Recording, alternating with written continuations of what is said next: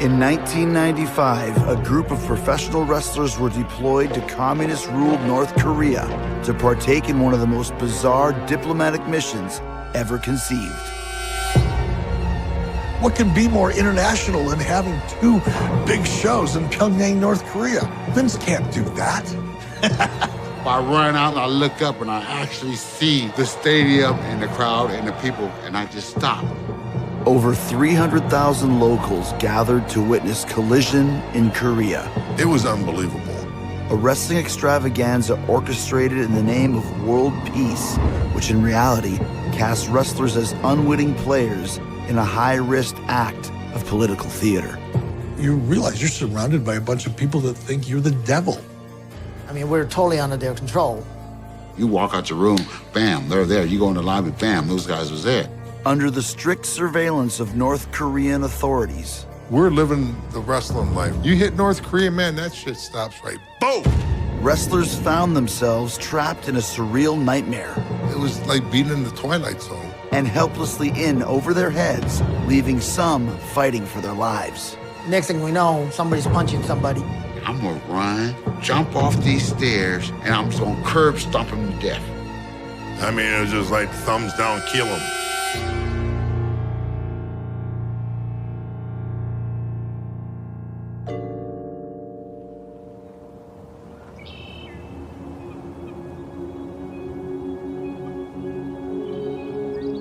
My name is Eric Bischoff, coming to you from Cody, Wyoming.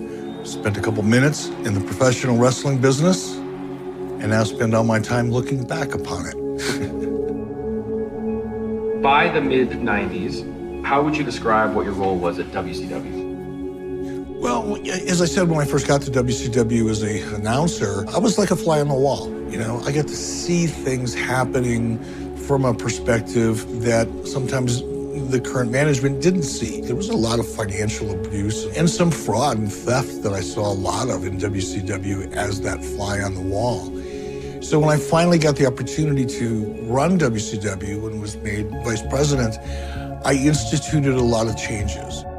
By 1994, WCW was still seen as a regional promotion, and if it had any chance of competing against the powerhouse brand of WWF, Eric Bischoff had to reach a wider, global wrestling audience. Make no mistake about it, WCW is set to dominate the globe when it comes to professional wrestling. One of the first things I did was reestablish a failed relationship with New Japan Pro Wrestling. You know, WCW had engaged in some shaky tactics and left the Japanese with a very bitter taste in their mouth in terms of doing business with Americans. From the land of the rising sun, the Great Muta!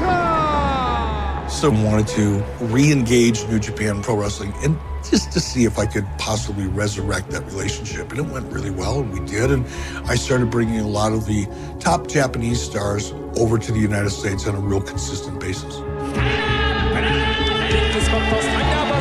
But also to do the same thing with our WCW talent over in Japan.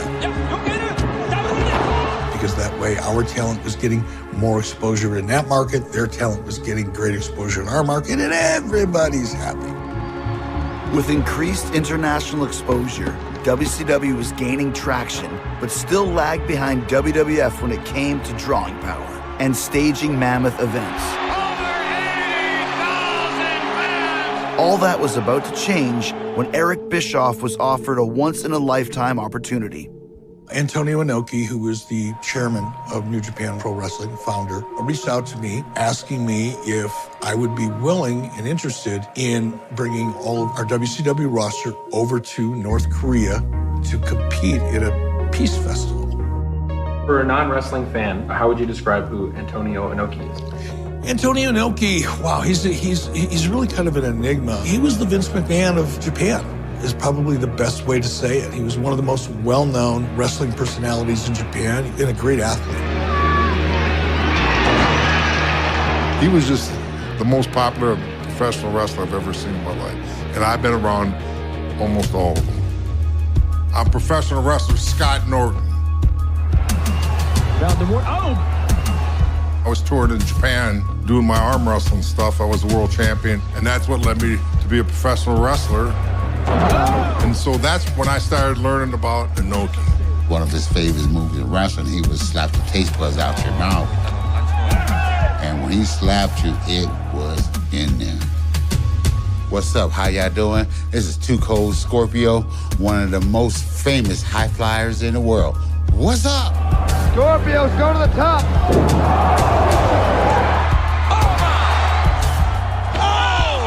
After me being trained in Japan and been there for years, I would have to let people know Inoki is somebody like Hulk Hogan, but 2 times above that level in Japan.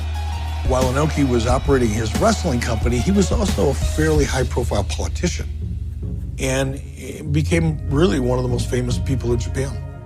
Inoki constantly defied the limits of professional wrestling by staging events that made international headlines for their shocking audacity. In 1976, Inoki boldly combined wrestling and boxing for a match against the legendary Muhammad Ali. He also used the sport to successfully negotiate the release of Japanese hostages held in Iraq. But bringing wrestlers into the heart of North Korea was designed to eclipse them all. そういうものが重なって、それでスポーツ平和党という、世界を平和にというのがテーマで、評価は分かりません。国がいつも国が反対することと勝負して。Among Inoki's more unpopular moves were frequent trips to North Korea and meeting with officials from the reclusive regime.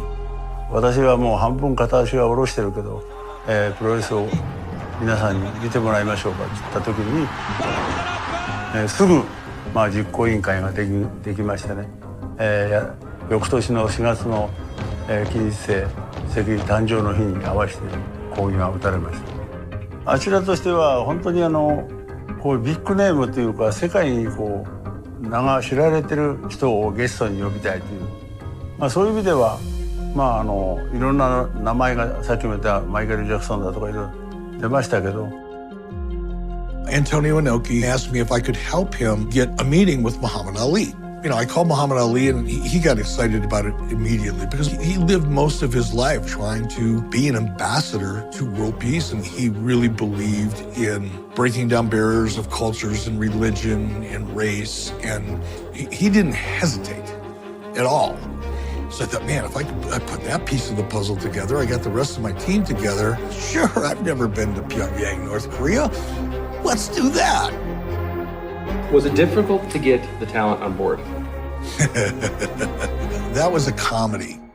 Inoki wanted Hogan. Hulk was the biggest name in wrestling at that point in time. It'd make a lot of news. It would be good for Inoki and his political career. I did ask, but it was a short answer. Can't make that one, brother. That was it, man. It was a 5-minute conversation.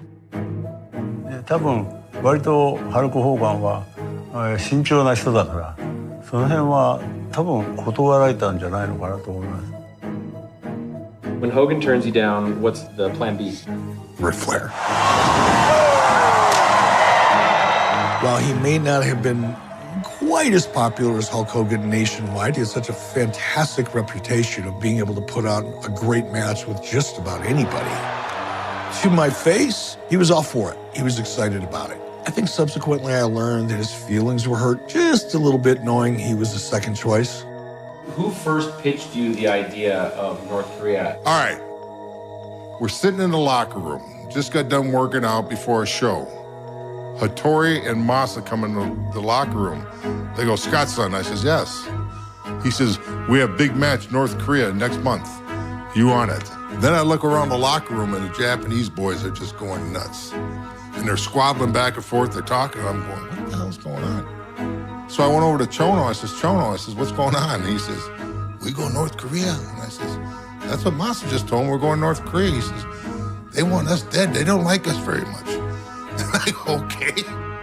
It was a little bit controversial, which is one of the reasons that Inoki was trying to establish this rapport with the North Koreans, because the Japanese and the North Koreans have been killing each other for thousands of years. There's no love lost between North Koreans in Japanese.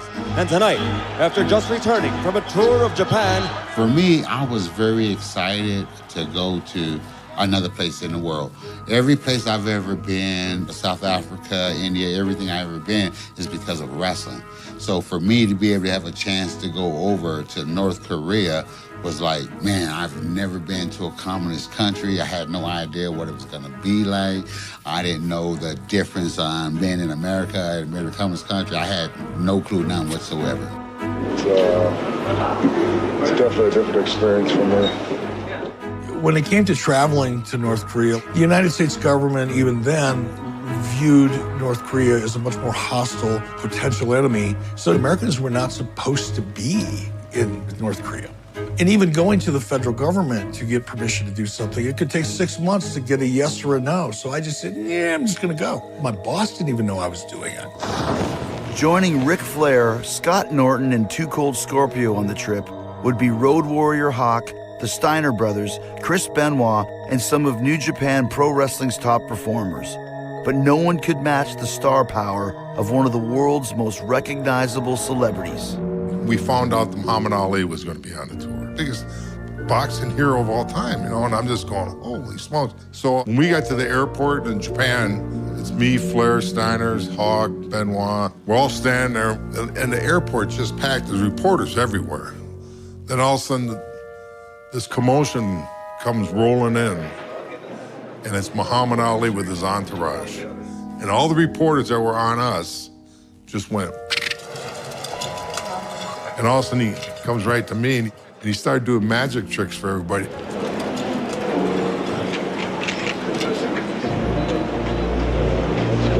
And we all, oh, and he'd have the biggest smile on his face. And it just made him happy. Then a lot of people were a lot more comfortable because you got Inoki and Muhammad Ali. They're huge, huge names. The North Korean military sent over a plane to Tokyo. You know, you couldn't, call up Delta and get a flight to Pyongyang. That was the moment when we all got on that plane and realized it was a military transport. It wasn't the safest looking plane, certainly not comfortable, not what the guys were used to. This plane was like made in the 40s. And I'm telling you, it was a piece of garbage. Flair was the funniest. We can't fly in this thing, we can't. He's just losing it. I mean. And it just kind of set the tone before we even got out of Japan. You knew you were about to do something quite different. I think that's when I started sensing people getting a little nervous. So we're flying over, and man, that was quite scary to me. I had the window seat. So for me, I seen the south side of South Korea. And then all of a sudden, as you get closer to the border, you see all these cannons, set up and army stuff set up, aiming toward the north. We kept flying over, we seen all the north tanks and shit pointing toward the south. On this ridge, it's like, man, this is like wartime. I was like, okay, what am I really getting myself into? And when the plane landed, they finally brought the stairs out, and we got off the plane. We all standing around and looking around, and there's nobody. And we're getting our bags, and we're walking to the airport. Once we got inside, it was caked with dust this high. It was unbelievable. Nobody's been in this room forever. And all of a sudden, these military people start coming up to us. Where's your passport? I had it in an inside pocket, and I went in, I grabbed my passport like this, and I'm kind of looking back at my bag, and he just snatched it. I said, what the you doing? You don't lose your passport when you're doing what we do. They took my Walkman, they took the tapes, anything to do with America, they didn't want it in their country. And Flair went nuts. He goes, Scott, they got our passports. Why would they take everything? They hated us. I mean, you got that right away. I'm in a communist country. You took my passport. Now what's going to happen to us?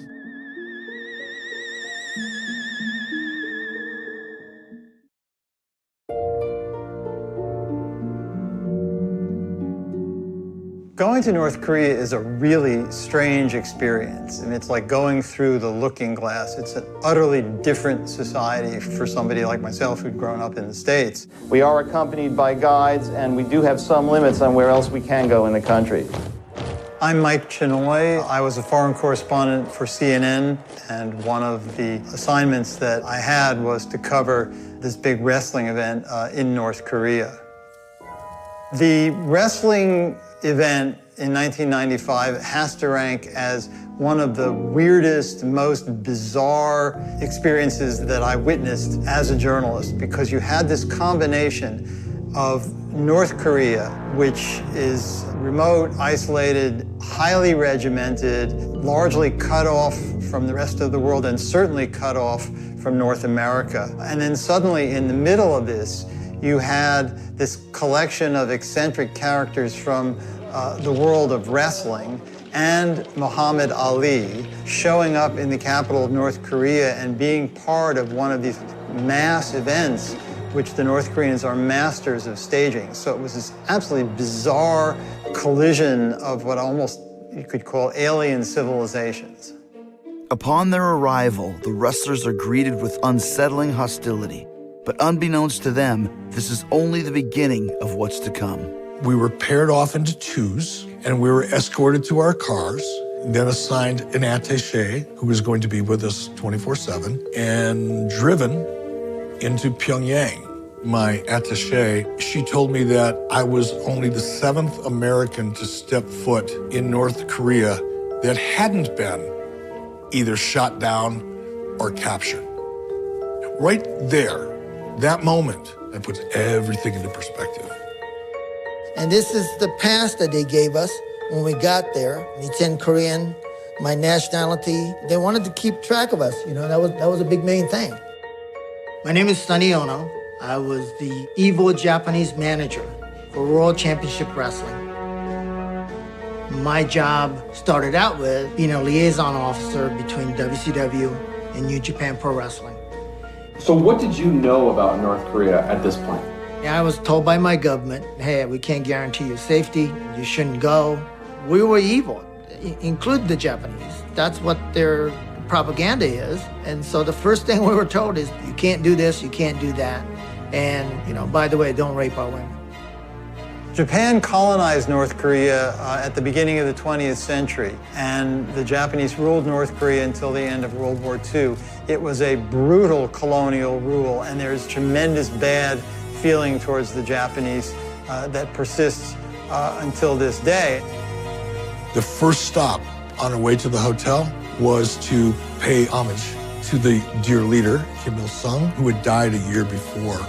The North Korean government would hand us bouquets of flowers, and we all were forced to walk up the steps and lay our flowers at the foot of the statue of the dear leader. And then the North Korean news media would film us. They wanted it to look like we were so excited to be in North Korea. We flew all the way there so we could pay homage to the dear leader. We are all very touched and honored to be here today. The North Koreans are always trying to leverage these visits for propaganda purposes, and subtlety is not a North Korean strong point. When we got to the hotel, we had to carry our luggage up 7 floors. We're big guys, man. We don't do stairs very well. The military guys, they would follow you around.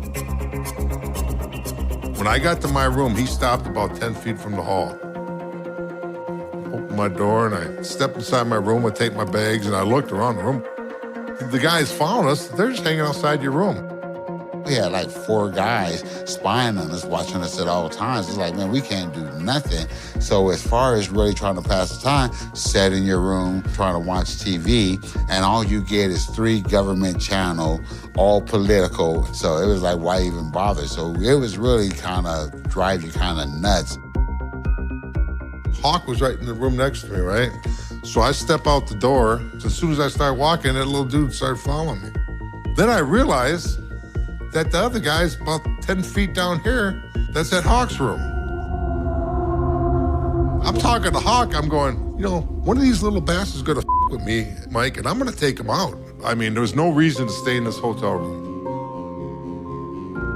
Me, Benoit, Hawk, and a couple guys go down into the lobby, and they had a pool table. And I was just surprised as hell they had a pool table. I said, well, let's play some pool. Anyways, I mean, do something. It took me 2 hours for that gal at the desk to give me the balls. They had to clear it through the military guys. It was crazy. So one time I shot, and the ball jumped, and it went off the table.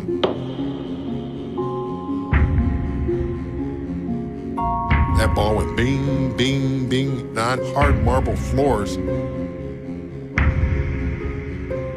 It pissed them off so damn bad. The pool game was over, and for that ball leaving the table, they looked at you like, how dare you? How dare you would do something like that?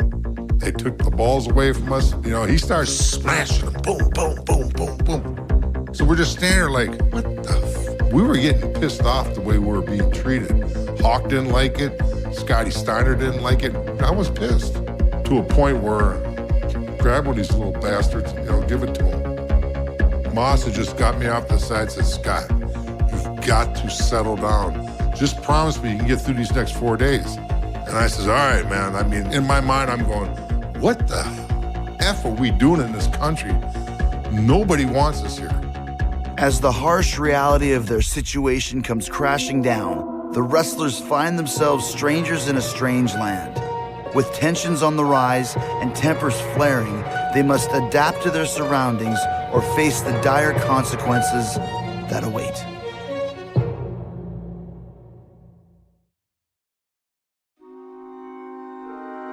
Struggling to adjust to the surreal circumstances in North Korea, the wrestling outsiders search for ways to cope.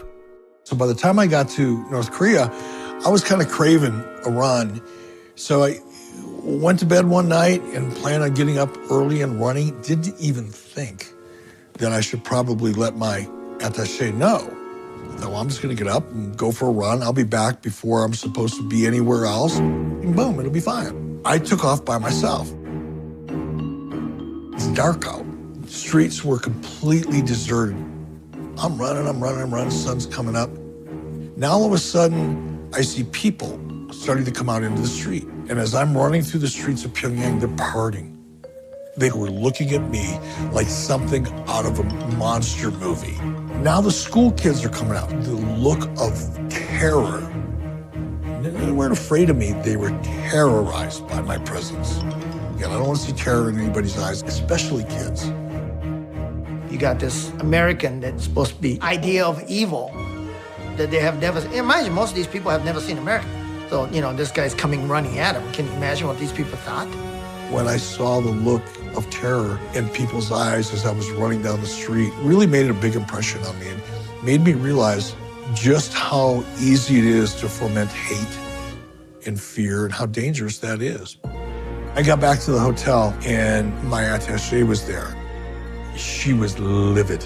And I thought, God, if I don't see her tomorrow, it's because they're gonna shoot her for letting me go out and run through the streets of downtown Pyongyang. I was literally concerned for her. Was there some story with Hawk getting into it with Scorpio or something? Yeah. Do you know about what happened between Scorpio and Hawk on the bus? No. So you weren't aware that maybe Scorpio was plotting to murder Hawk in North Korea? No, that not until this moment.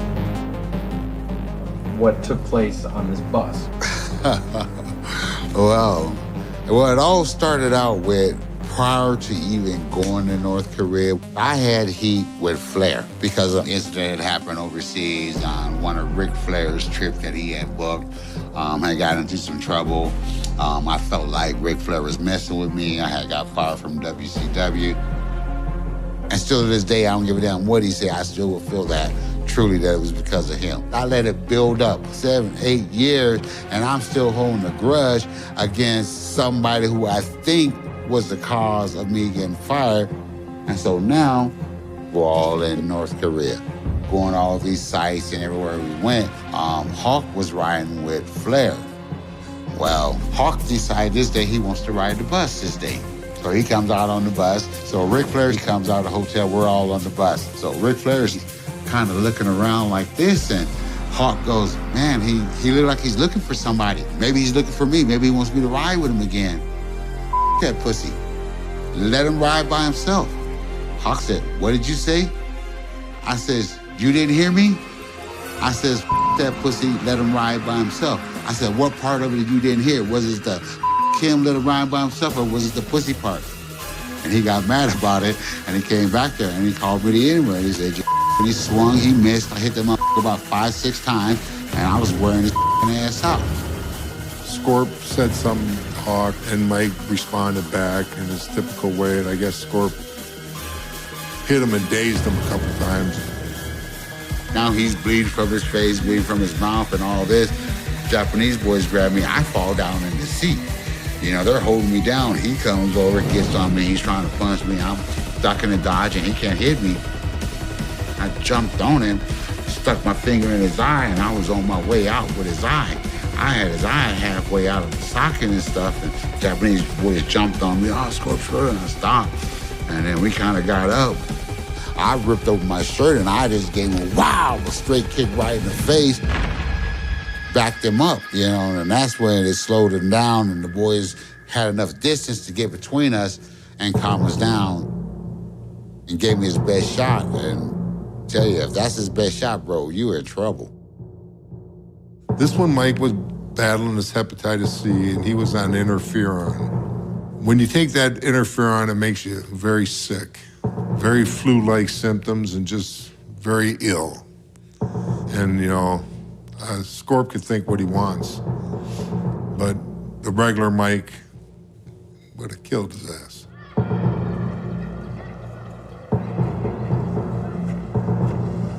When we got back to the hotel, I wanted to call home, call my wife. I've been trying to contact her for 3 days. I get through to my wife. I says, hey, babe. She goes, where the hell you been? I said, Tammy, you don't understand what we're going through here. And I'm trying to explain to her the situation. She ain't gonna have nothing to do with it. She thinks that I'm all partying with the guys.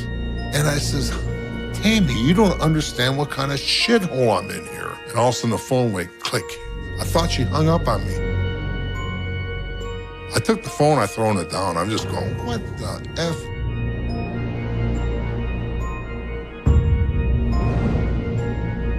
Then all of a sudden, somebody pounds on my door. And here's some guy, this guy could speak perfect English. And he's telling me, you're coming with us. With a dangerous new line crossed, their fate now hangs in the balance between life and death.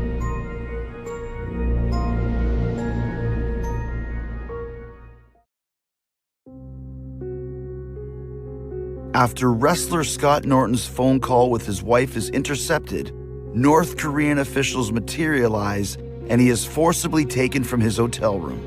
And I'm looking at these guys, man, and I mean, they'd soon shoot me right there and then. I'm just going, what the hell is going on here? Now, nobody knows where I'm at. I'm in this room. I mean, it just felt like at any point in time, I was just gonna be dealt with. It was like a movie. I swear to God. And I'm just sitting there, I'm going, oh my Lord, they could care less if I lived or died. Then this guy comes in. You could just tell the way he came in the room that he was the top dude. And then he spoke English to me. And he told me, he says, you can't say nothing wrong about North Korea.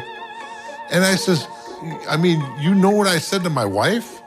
I says, we're just back and forth. I've been trying to call home.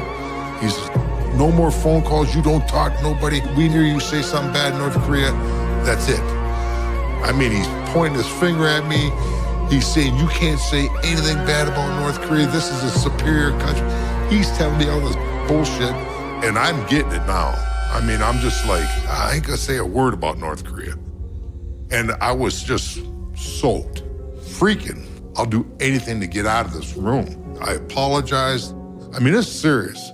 And the looks on these people's face, there's no doubt in my mind they just put a bowl in my head. You know, after he'd been interrogated, then I think Mr. Inoki's people or New Japan people got him out of there, and I'm sure they were told to make sure to tell him to watch what he says. Finally, you go now. I got to my room and I'm just going, oh my God, what just happened here? Can't mess with these people, Scott. But You think they might have had a little talk with us and give us a little heads up on this stuff? They just told you as you went, you know what I mean? Before the grand event is to finally kick off, the wrestlers are ushered to one last propaganda opportunity, a visit to a sacred tomb honoring the founder of Korea's first kingdom. We finally get to this 5-year-old haunted temple site that we gotta go look at. I ain't got no damn clue who it is. So anyways, we're walking, and the next thing you know, we notice Muhammad Ali is taking his jacket off. And he rolled his sleeves up, and he started jogging up the stairs. And, you know, we're following Ali, and all of a sudden, Ali got to the top. And he's shadow boxing. It was unbelievable. And here's Muhammad Ali just snapping them out, boom, boom, bang. And he's dancing around, and he's doing like the Ali shuffle a little bit.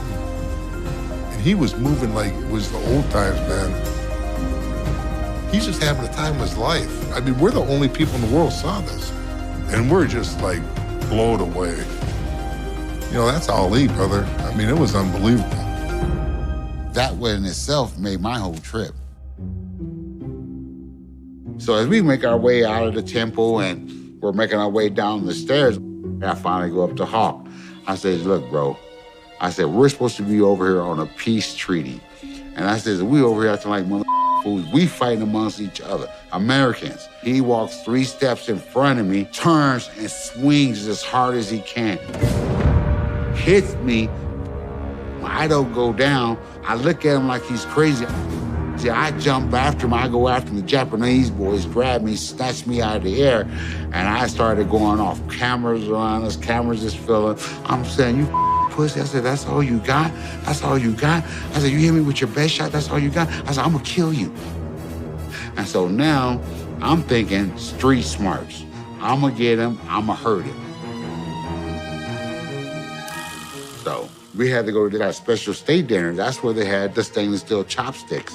So I would take one pair of stainless steel chopsticks, eat with it, drop one, pick it up, slid it into my pocket, grabbed another one, did the same thing, dropped it, slid it into my pocket.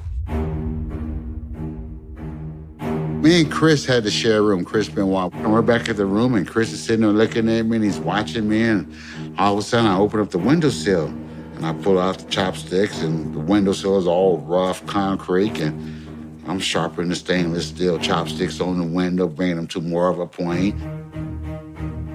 Chris is like, what are you doing? I said, man, I'm making a shift. He goes, what? I was like, yeah, I'm gonna stab that motherfucker. I taped the ends together. Like, I know how to make a shift, you know what I'm saying? My dad ain't been to prison and don't know how to do this shit for no reason. I know how to do this shit. I was like, okay, I'm gonna get him. I'm gonna take him out. Chris said, man, don't do it, man. I said, man, you don't wanna do that, man. If you kill Hulk over here, you will just be here for the rest of your life. What am I gonna do? I can't let this punk me and get away with it. You know, we're gonna have to settle this.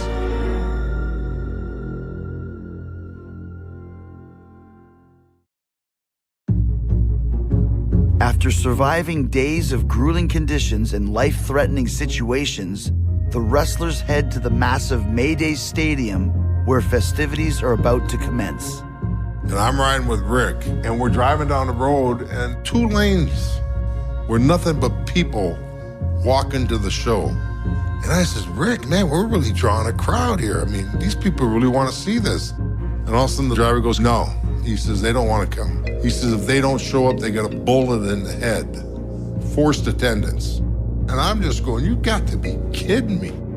We got there our first night, 170,000 people there. And I thought, oh my God, Antonio Inoki is a genius. This is amazing. We're leaving WrestleMania in the dirt. 我々が思ってる以上にはるかに、なんていうのかね、私なりの生涯の中でもいくつか大きなイベントはあるけど、これはやはり、すごい私なりってまあ私なりの勲章だと思います。The way that you had over 100 and some thousand people working and moving together and flashing all at the same time, it was mind-blowing. You didn't even have to be high to trip off that. I mean, it was straight up mind-blowing. Their show made the halftime of the Super Bowl look like a high school gig. I'm not kidding you. It was just unbelievable. Before the matches started, we were all jacked, and we thought this would be awesome.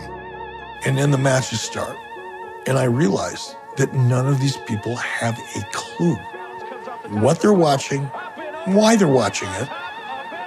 It makes no sense to them. First match went out there, it was quieter than it is in this room right now doing this interview. That's hard to do.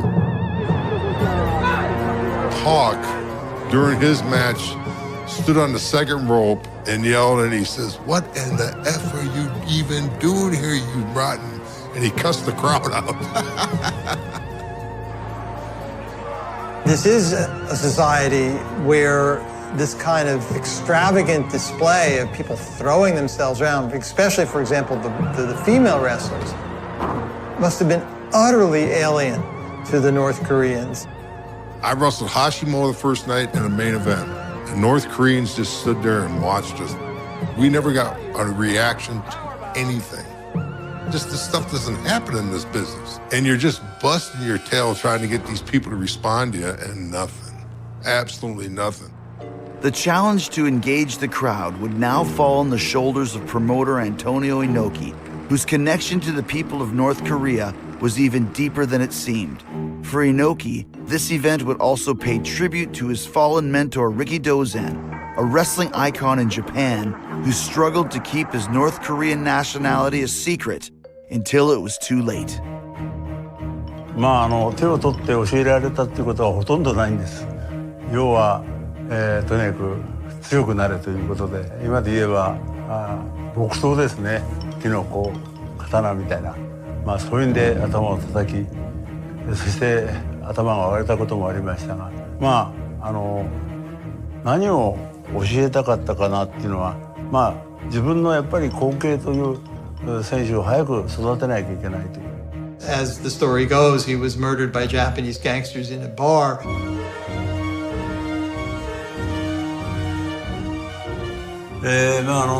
当時、師匠が63年の11月ですかね、暴漢に襲われて。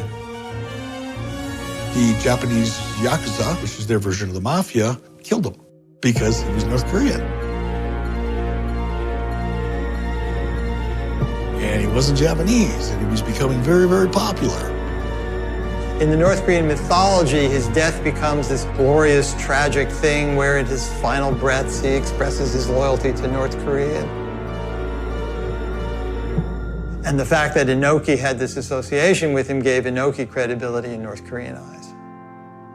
The North Koreans understood the connection between Inoki and Riki Dozan. He got kind of the hometown treatment. Ric Flair, they didn't know what to make of Ric Flair. Bleached blonde hair, sequenced robe. They didn't understand it. Again, this match starts and it's quiet, and I'm going, God, man. Amazing to me that this is the first ever matchup between these two wrestling legends.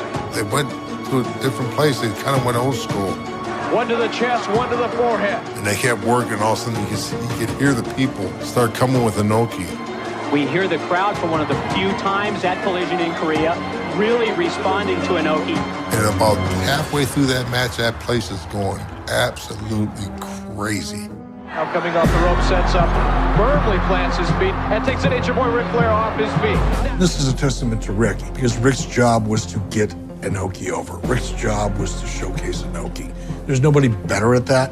Flair in a lot of trouble. Inoki tosses Flair. And I remember the finish of the match. Jack's ground kick. And Inoki went over, and the place just came unglued.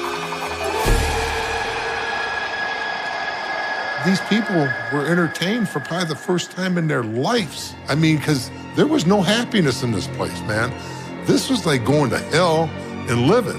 They had a little fun that night, you know? And I guess that forced attendance, they're glad they're forced there, you know, for that one anyways. That was the greatest match that's ever happened in this business, ever. With the largest wrestling event in history coming to a close and freedom within reach, the Americans must stay in line for just a few more hours, or else this bizarre trip will become a permanent stay.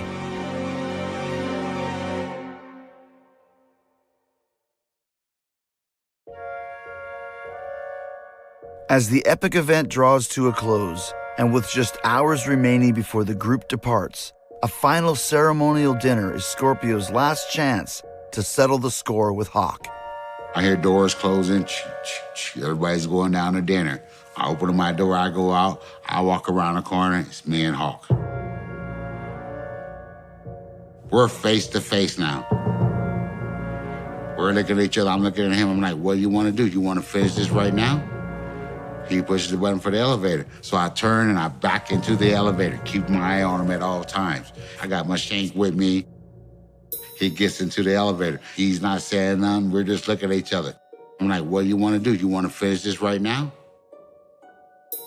And all of a sudden, he says, I ran out of pills. I ain't got no steroids, got no smoke, I got no nothing. My nerves got to me, I was upset. I said, I accept your apology. I said, but I'll tell you what, we get back to Tokyo, if you still want to finish this, we're going to finish this. I said, all right, man, whatever you want to do. We ended up squashing there in North Korea, got to Japan. I was ready. That never happened, man. But he got an ass whooping and learned that Scorpio ain't the one to mess with, I'll tell you that shit. We were in North Korea for 4 days. It was a relatively short period of time that felt like a lifetime. So by the time it was the day to leave, everybody was on edge. We were physically tired, we were mentally tired, and there was a little bit of a tension in the air because we still didn't have our passports yet. But once we physically had our passports in our hand and we were on the plane and we were headed back to Japan, everything changed. It wasn't until the plane landed. Ric Flair literally walked down the stairs of the plane, walked out of the tarmac, got down on the ground and kissed the pavement. That's how excited Ric Flair was. $3,000 suit on, alligator shoes, get down on his hands and knees and kiss the ground, says, I love Japan. And I mean, he was wooing, and now he's Ric Flair again. He was happier than a lark, man. And we all felt the same way. The event failed to energize Inoki's political ambitions as he lost his re-election bid and left politics behind for almost 2 decades. While this fusion of staged combat and international politics seems like an unlikely pairing, it revealed a fascinating parallel between wrestling and North Korea, as they are both masters of blurring the lines between fantasy and reality. The show itself was super cool. Meeting Muhammad Ali on top of it, wrestling in front of that dude. I mean, I remember after my first match, he told me, he says, oh, you're really good, you're very good. I says, I mean, this is Muhammad Ali, brother. So being a part of that was absolutely awesome. And it's Two Cold Scorpio up and over, but again. 2 nights in a row, 189,000 people. I've never seen that many people together, ever.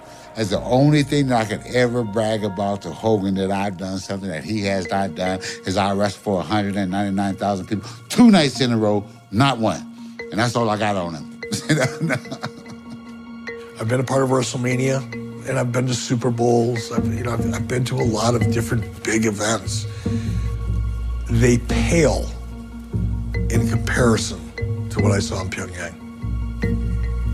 I knew that Vince McMahon was probably livid that there was a wrestling event that drew a bigger house than WrestleMania. But we're kind of forced to be there. But technically, if you go to Wikipedia, folks, largest wrestling event in the world. Yep, I did that.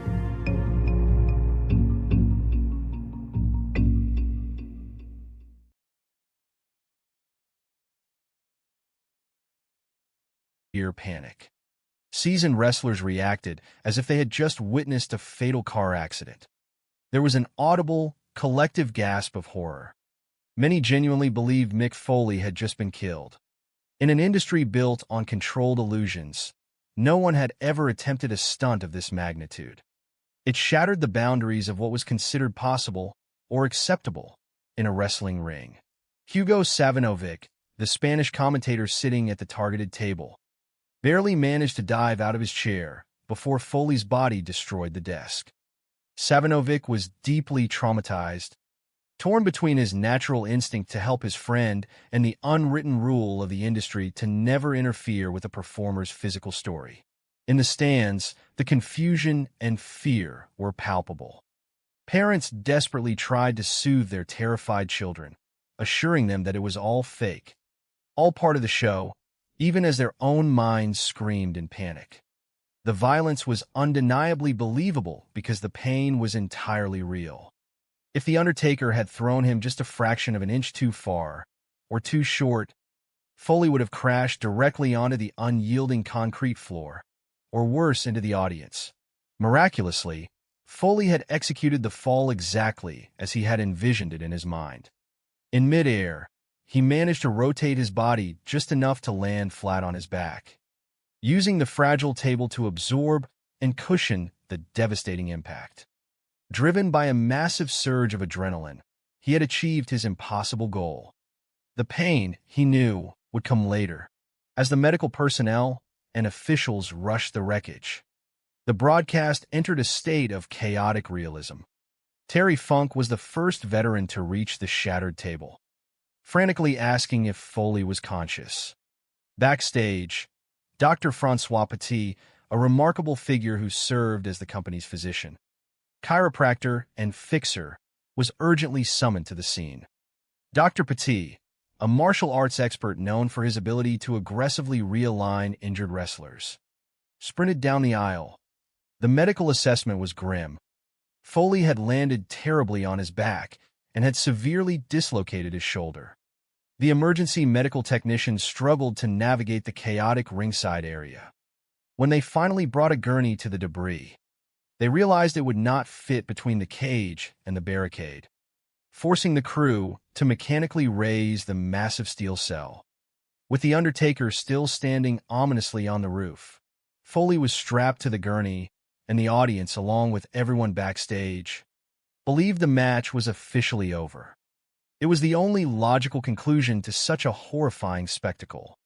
But as he was being wheeled up the ramp, the adrenaline and the deeply ingrained desire to entertain took over completely. Foley realized that the longer he stayed on television, the more engaged the audience became. With a dislocated shoulder and a battered spine, he fought his way off the stretcher.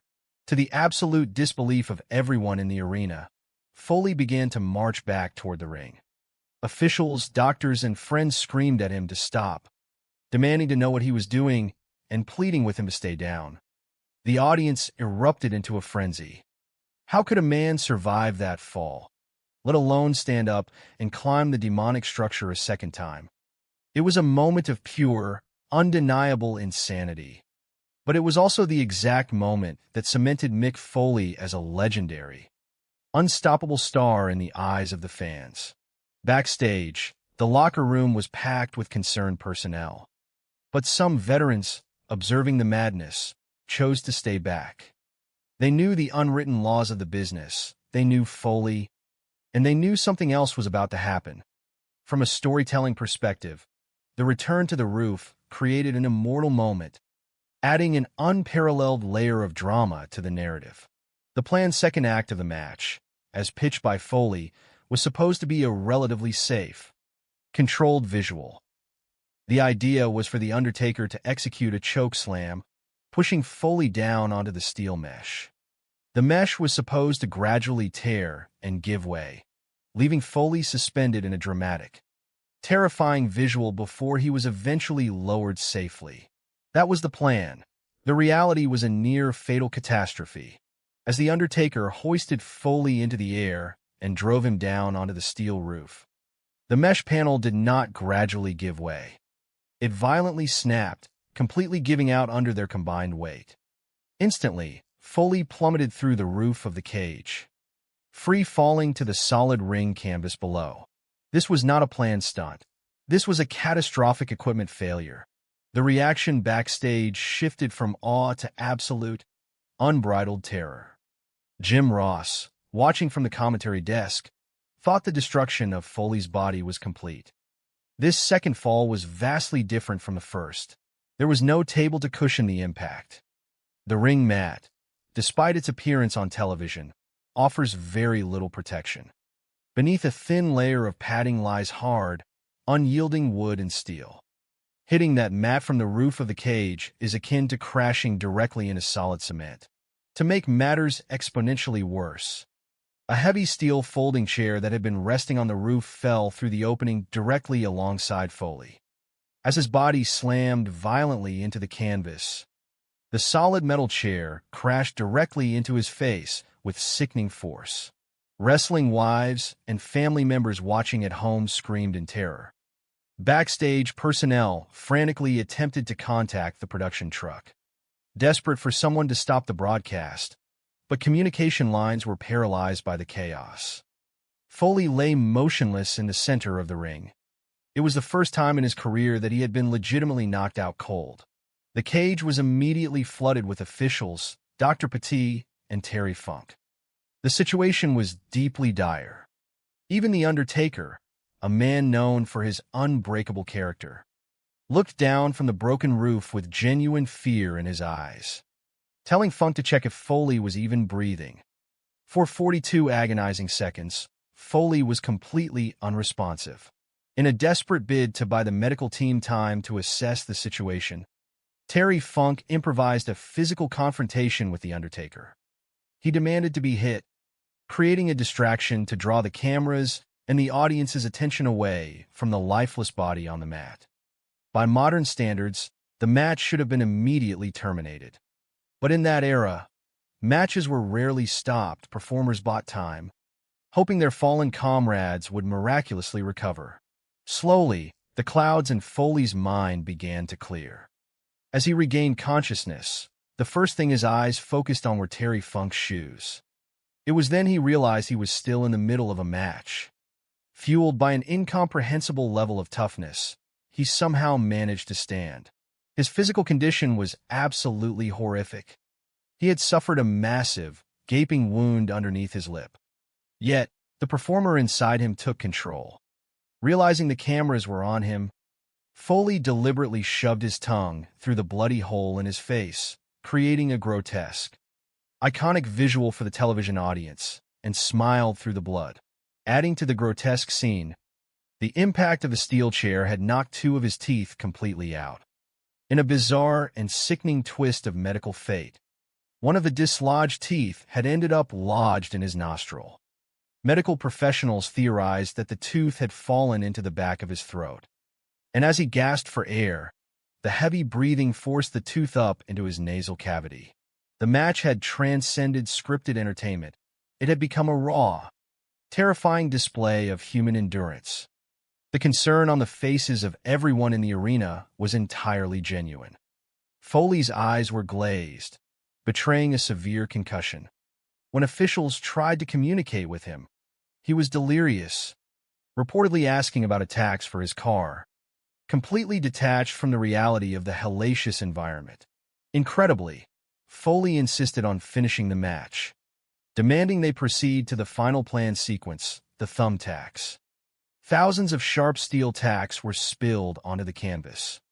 Foley deliberately rolled his battered body through the hazard, ensuring the tacks embedded deeply into his flesh. When adrenaline takes over, the sensation of pain transforms. The wrestler becomes a part of the pain, pushing their body far beyond known human limits without even fully registering the trauma. Finally, after 17 minutes of unimaginable brutality, The Undertaker secured the victory. The match was officially over, leaving a crowd of 16,000 fans in a state of stunned, breathless awe. They had witnessed a spectacle that defied human logic. The medical team brought the stretcher out a second time, certain it was required. But once again, Foley waved it off, walking out of the arena on his own 2 feet as the crowd went absolutely insane. It was this undeniable authenticity, this terrifying realism, that cemented the absolute loyalty of the fans. They recognized his sacrifice, understanding that he had risked his life purely for their entertainment. But behind the roar of the crowd, a heavy toll was being paid. Backstage, the atmosphere was a mix of intense relief and grave concern. When Foley finally walked through the curtain, The locker room rushed to check on his survival. Vince McMahon was one of the first to greet him. McMahon thanked him for what he had done for the company, but delivered a stern, uncompromising directive. Foley was to promise never to attempt a stunt like that ever again. As McMahon spoke, the medical team was actively plucking embedded thumbtacks from Foley's skin, revealing the depth of his head trauma. Foley genuinely asked The Undertaker if they had remembered to perform the thumbtack sequence, completely unaware that his body was currently covered in them. The immediate physical damage was staggering: 15 stitches to close the hole under his lip, 2 lost teeth, a dislocated jaw, a dislocated shoulder, and a kidney bruised so severely it plagued him for 6 weeks. And yet, there was a twisted reward for his suffering. That single night fundamentally changed how the wrestling world viewed Mick Foley.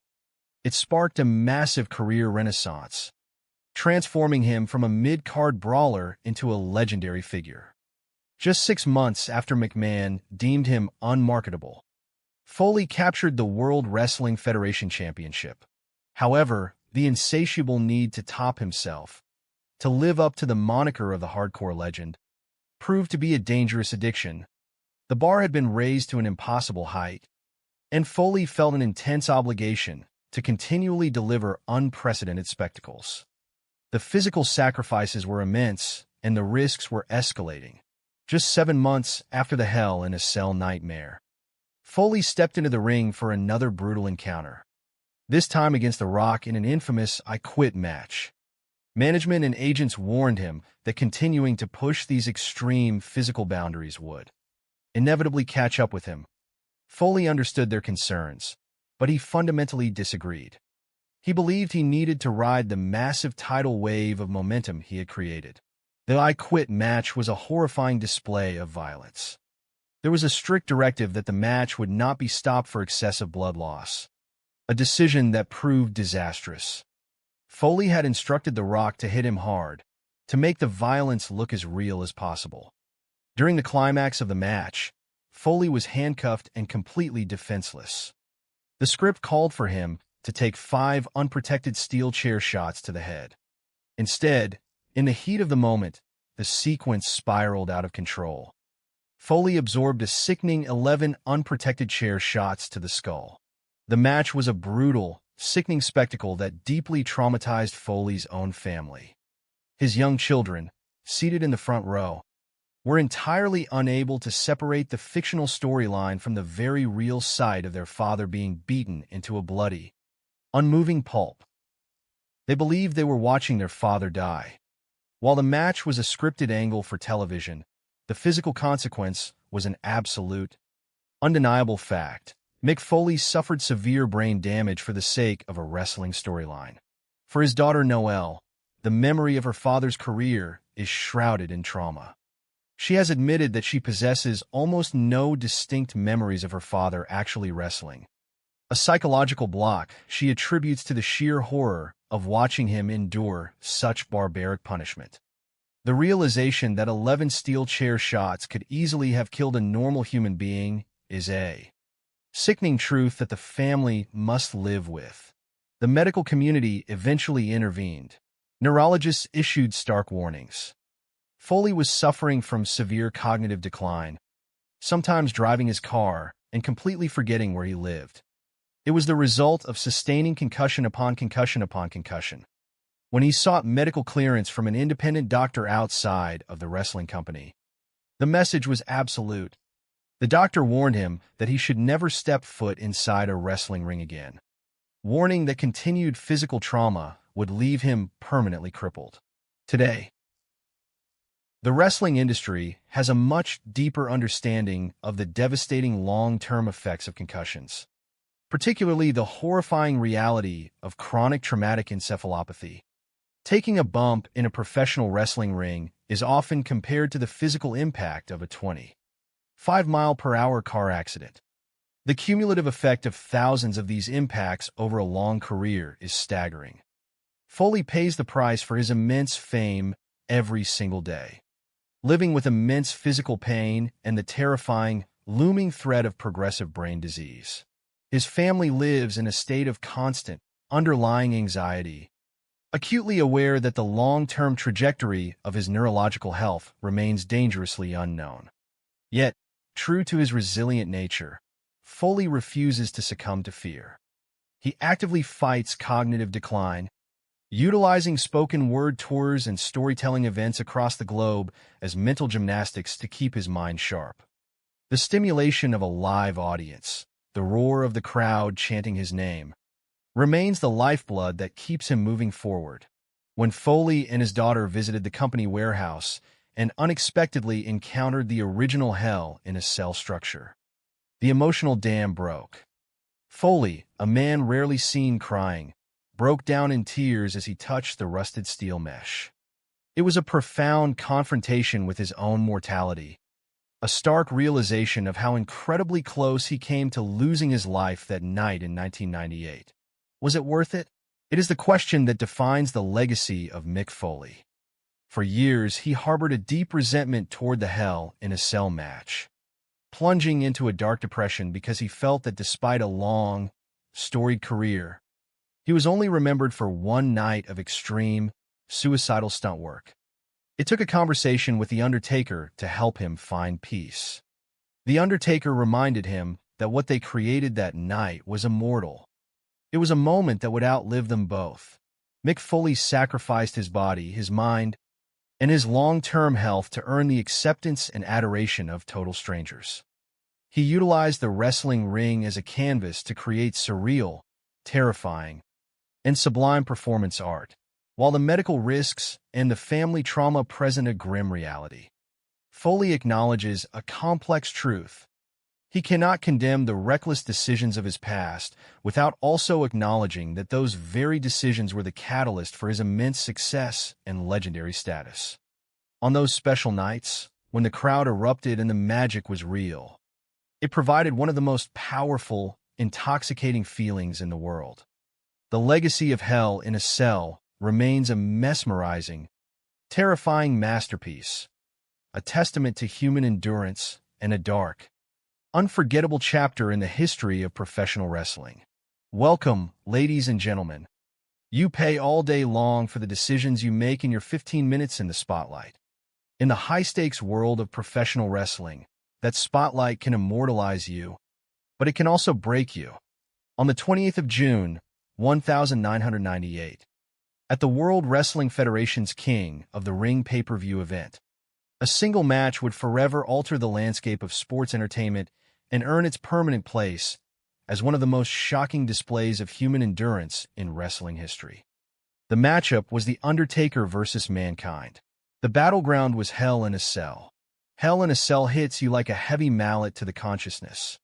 As an observer of this industry for decades, I knew it was going to be chaotic, but no one could have predicted just how far the envelope would be pushed until it plummeted right over the absolute edge.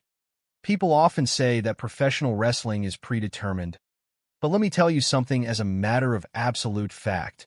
You cannot fake gravity. I have been frightened by a lot of things in this business. Nothing frightened me as much as that night did, and the true terror had not even begun. What left the fans entirely stunned was the unrelenting, catastrophic punishment that Mick Foley, the man behind the Mankind mask, willingly endured. Until you saw it with your own two eyes, you simply did not believe that a human being could physically go through this and live to talk about it. According to the accounts of those involved, the match was completely real. The pain was real. The drama was real. Colleagues backstage were cursing, screaming, and calling him a foolish idiot, asking the television monitors, "Why are you doing this?" Today, this infamous bout's legacy persists. It is viewed as both an epic, monumental success and a grim cautionary tale. As many veteran producers have stated, the industry dodged multiple bullets that day. It is truly staggering to consider that a performer could be allowed to go completely unconscious, only to wake up and continue the match. The collateral damage that ensued in the years following is an entirely different story. When does it stop? When is it finally enough? It was a dangerously crazy masterpiece, but everyone who witnessed it must ask themselves the ultimate question: was it truly worth it? To understand the events of June 1998, we must first analyze the psychology of Mick Foley. Everyone who gets into the wrestling business is looking for something that they find missing in their own personal lives. For Foley, the drive stemmed from his youth. He was teased heavily, which birthed an overwhelming, almost desperate need to be liked by others. But he soon discovered an alternative route to command attention. According to Foley's own recollections, during his sophomore year of college, he attempted a stunt that would foreshadow his entire career. He took a heavy swig of red food coloring and executed a flying leap off a bed, crashing onto a stuffed atom on a solid concrete floor. Upon impact, he spat the fake blood concoction out for everyone in the dormitory to see. When one of the girls watching yelled that it was the most disgusting thing she had ever seen, Foley felt a sudden rush of absolute power. He realized that if he could not make people love him, perhaps he could disgust them.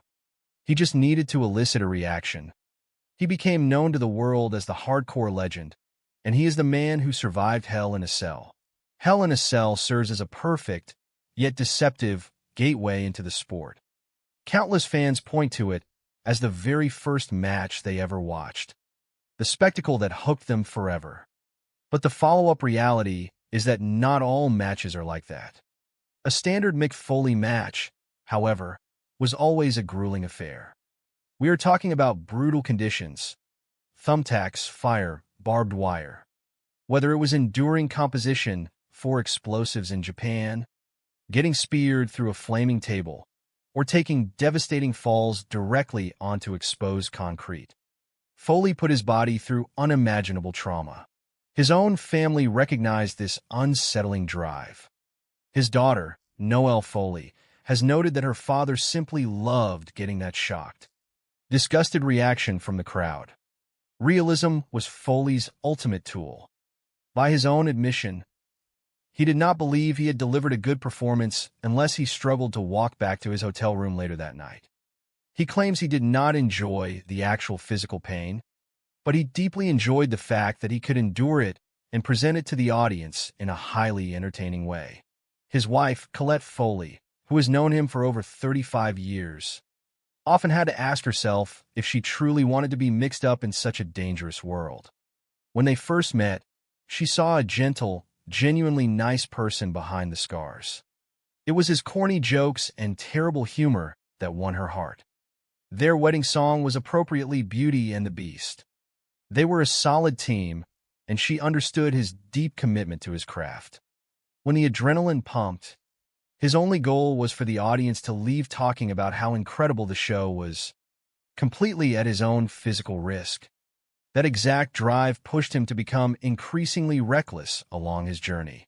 He developed an unhinged persona known as Cactus Jack, a wild and unpredictable character who possessed a strange, undeniable charisma. You simply could not take your eyes off him. Veteran wrestling producer Jim Cornette noted that Foley was a master of in-ring psychology. Foley knew that the fans gravitated toward performers who appeared completely out of control, someone who seemed to go entirely against the script. By doing so, he could take the audience on a visceral ride, elicit the exact emotional response he desired, and watch his reputation grow. His dedication to the craft was obsessive. Foley and his wife's early bedroom furniture consisted of a mattress on the floor and a black and white television with a barely functioning video cassette recorder. Inside that machine were tapes of Japanese professional wrestling. Foley would sometimes spend 12 hours a day studying these tapes, drawn to the brutal realism and the unique storytelling where a competitor had to defeat not just their opponent, but their hazardous surroundings. Japan seemed like his ultimate destination. Promoters there were looking for a foreign talent who could feud with the legendary Terry Funk, a man celebrated for his unmatched ability to make audiences suspend their disbelief. Funk became a vital mentor to Foley, and together they engaged in highly explosive, blood-soaked death matches across Japan. Foley was naturally drawn to the wild, extreme elements of the sport. He believed that crawling out of an arena on his hands and knees was undeniable proof that he had created something incredibly special. It was his unique way to stand out. Because of this violent style, Foley never envisioned himself performing for the World Wrestling Federation. During that period, the company was heavily entrenched in a general-rated, family-friendly era. It was considered very bland by hardcore standards, and Foley's brutal style simply did not gel with what the corporation was trying to sell. Al Snow, a former World Wrestling Entertainment superstar and Foley's closest traveling partner, recalled that the company's chairman, Vince McMahon, wanted absolutely nothing to do with Mick Foley. McMahon believed Foley was unmarketable and unattractive for television. It took the persistence of Jim Ross, the vice president of talent relations at the time, to convince McMahon to take a chance. Ross needed compelling opponents for the top stars, especially for The Undertaker, who stood as one of the biggest attractions in the history of the business. McMahon had repeatedly tried pitting giant after giant against The Undertaker, which resulted in dull, uninspiring television. Ross argued that what The Undertaker truly needed was a lunatic. According to industry lore, McMahon finally slammed his hand down on a table and agreed to bring Foley in, but under one strict condition: they were going to cover up his face. McMahon wanted the audience to know absolutely nothing about him, viewing Foley as a nobody. Gerald Briscoe, a World Wrestling Entertainment Hall of Famer, recalled the immense challenge given to the creative team: build a compelling character out of a man the chairman did not believe in. Thus, Mankind was born. However, this bizarre, disturbed character would not have worked with anyone else in the world except Mick Foley. He possessed a unique ability to connect with the audience through sheer commitment. Without that emotional connection, even the most elaborate character is completely meaningless. Foley was willing to try absolutely anything.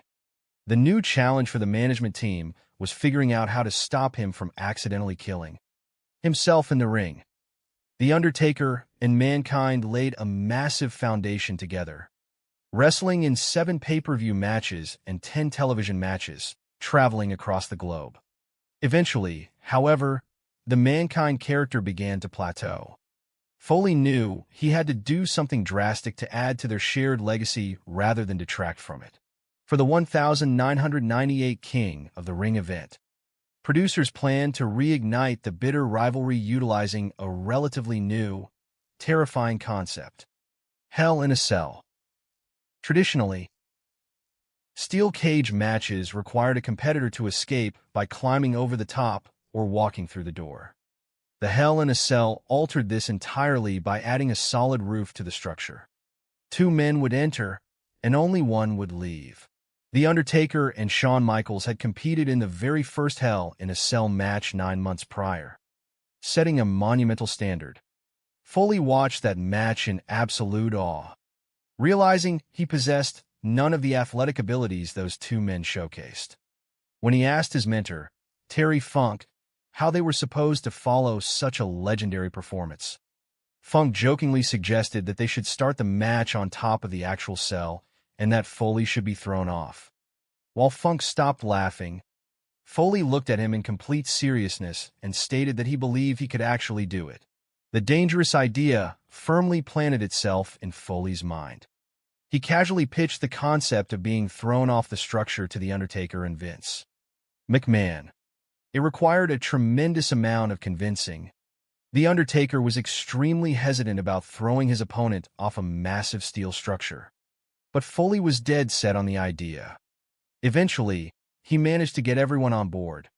Foley did not view this match as the beginning of a second act in his career. Rather, he saw it as a desperate attempt to keep his head above water. He genuinely believed that once this specific storyline run was finished, his career would be finished as well.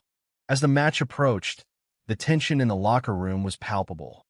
According to those involved, Foley had mapped out the major stunts and assured his colleagues that he would be perfectly fine. If he could visualize it, he believed he could execute it. On the 28th of June, 1998, inside the Pittsburgh Civic Arena, a packed house of 16,000 people eagerly awaited the showdown. The pressure on Foley was immense. He was not the most nimble athlete, Yet he had to outdo a legendary match that had taken place just months prior. Jimmy Corderas, a referee and ring crew member at the time, watched the broadcast from the backstage monitors alongside producer Gerald Briscoe. No one in the building, neither the fans nor the commentators, knew what to truly anticipate. Lead announcer Jim Ross and his partner Jerry Lawler were kept completely in the dark. Reacting purely on instinct, Foley wanted to start the match in a way that had never been done before. As his entrance music played, he bypassed the locked door and began climbing the exterior of the towering structure. A wave of shock washed over the arena. The commentators questioned the logic of starting a match 20 feet in the air. Foley had assured management that he was comfortable on top of the cell. But the reality was far different. He was actually terrified of heights.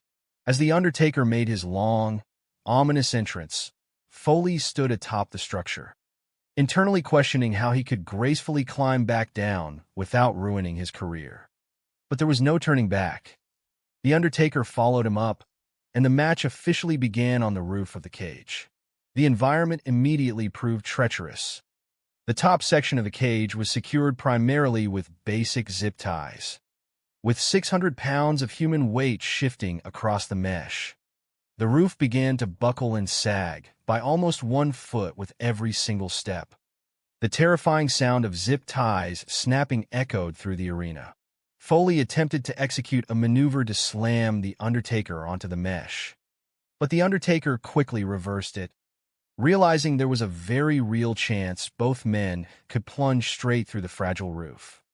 Instead, they began trading heavy punches, slowly migrating toward the very edge of the cage. Directly above the broadcast tables, backstage, producers and agents watched with bated breath, believing that the margin for error was simply too slim. Looking down from 20 feet, the broadcast table looked like a tiny piece of dollhouse furniture. Then, in an instant that suspended time, it happened. The Undertaker grabbed Mankind and ruthlessly flung a 300-pound human being off the edge of the towering structure. Foley plummeted downward, crashing violently through the Spanish announcer table. For those watching, time seemed to slow down, yet the event occurred in the terrifying blink of an eye. The sickening crash resonated throughout the arena. A collective gasp, followed by complete silence, washed over the crowd. Backstage, the locker room erupted in absolute panic. It was equated to witnessing a horrific car accident in real time. Many believed they had just watched a man die on live television. It was an unprecedented moment in the history of the industry. The impact was entirely believable because it was entirely real.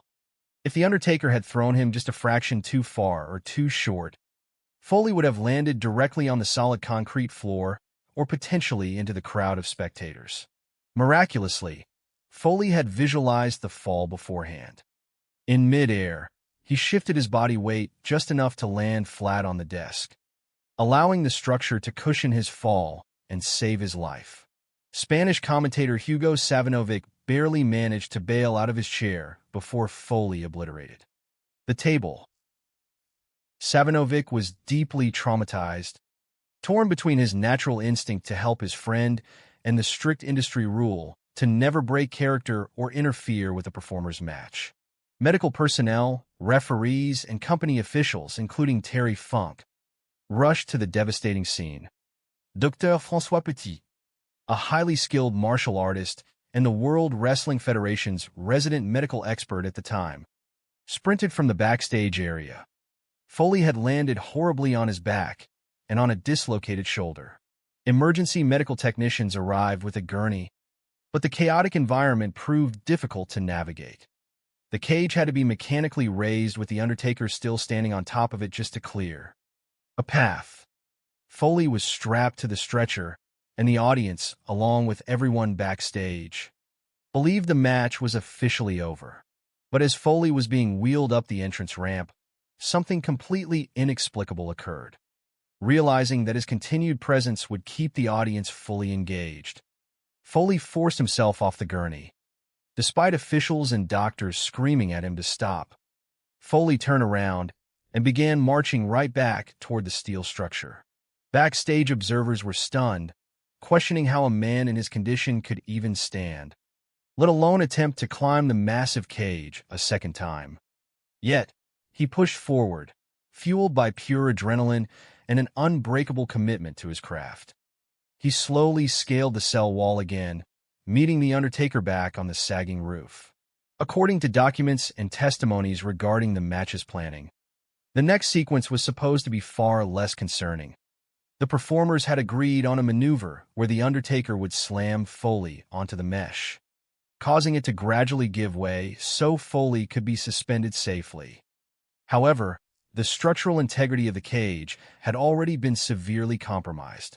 When The Undertaker grabbed Foley by the throat and slammed him down, the roof panels completely detached. Foley did not dangle safely. He plummeted straight through the top of the cage in an uncontrolled freefall, crashing violently onto the ring mat below. The ring mat is not a soft cushion. It is constructed of wood and steel, feeling closer to solid cement than a mattress. To make matters infinitely worse, a heavy metal folding chair that had been resting on the roof fell through the hole right behind him. As Foley's body hit the unyielding mat, the heavy chair crashed directly onto his face. This second fall was entirely unplanned and drastically more dangerous than the first. The backstage area descended into complete chaos. Family members watching from home, who had tried to soothe their crying children by claiming it was all just acting, were now completely paralyzed with fear. Foley's wife was furious, believing her husband had hidden this secondary stunt from her, unaware that it was a catastrophic accident. For the very first time in his extensive career, Mick Foley was legitimately knocked unconscious. He lay completely motionless in the center of the ring. Panic set in. Personnel flooded the ringside area once again. The Undertaker looked down from the top of the cell at Terry Funk and instructed him to check if Foley was still breathing. Foley remained unresponsive for 42 agonizing seconds. To buy the medical staff crucial time, Terry Funk improvised. He entered the ring and attacked The Undertaker, drawing the audience's attention away from the motionless body of his friend. In retrospect, multiple industry veterans have stated that if there was ever a match that absolutely should have been stopped by officials, it was this one. But during that era, the standard protocol was to simply buy time rather than halt the broadcast. When Foley finally regained consciousness, the first thing his eyes focused on were Terry Funk's shoes.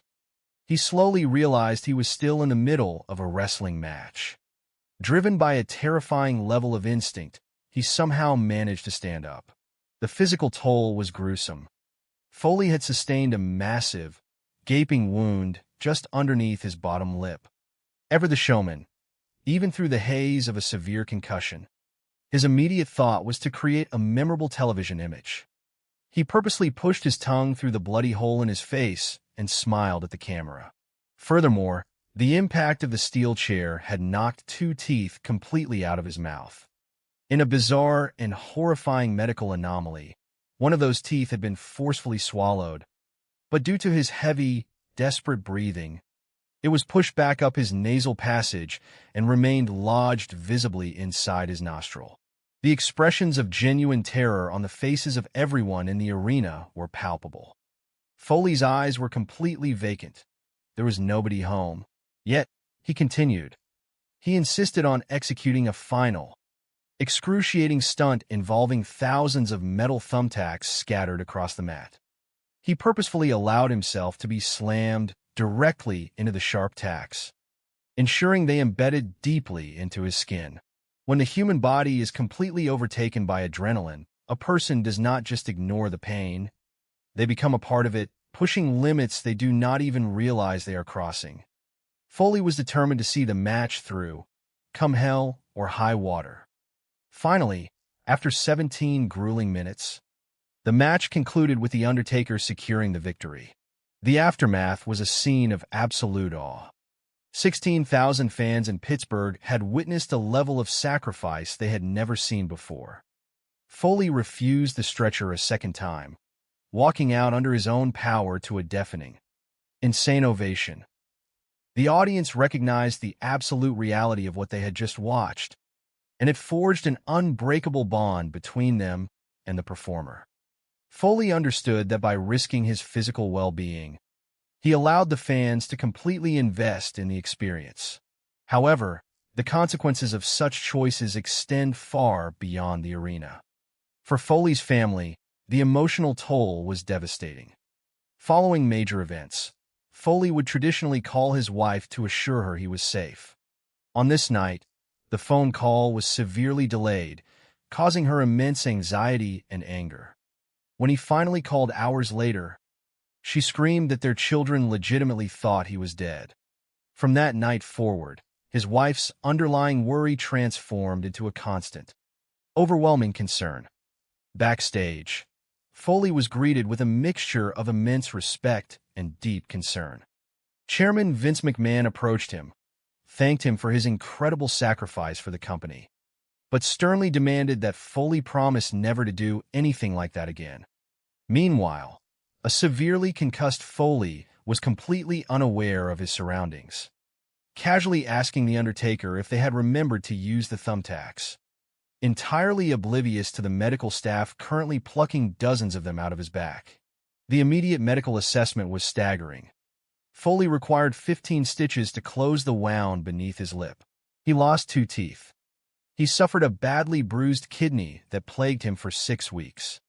He sustained a dislocated jaw and a dislocated shoulder. But despite the horrific trauma, the match successfully sparked a massive career renaissance. Within 6 months, the man management once deemed unmarketable was crowned the World Wrestling Entertainment Champion. Yet, the pursuit of the crowd's reaction is a dangerous addiction. The bar had been raised to an impossible height, and Foley felt immense pressure to consistently live up to his title as the hardcore legend. He continued to take massive risks, constantly pushing the absolute limits of human physical endurance. Just 7 months after Hell in a Cell, Foley pushed himself too far once again, this time in an infamous I Quit match against The Rock. The bout was exceptionally brutal. Foley had instructed his opponent not to hold back. A planned sequence involving a steel chair escalated violently.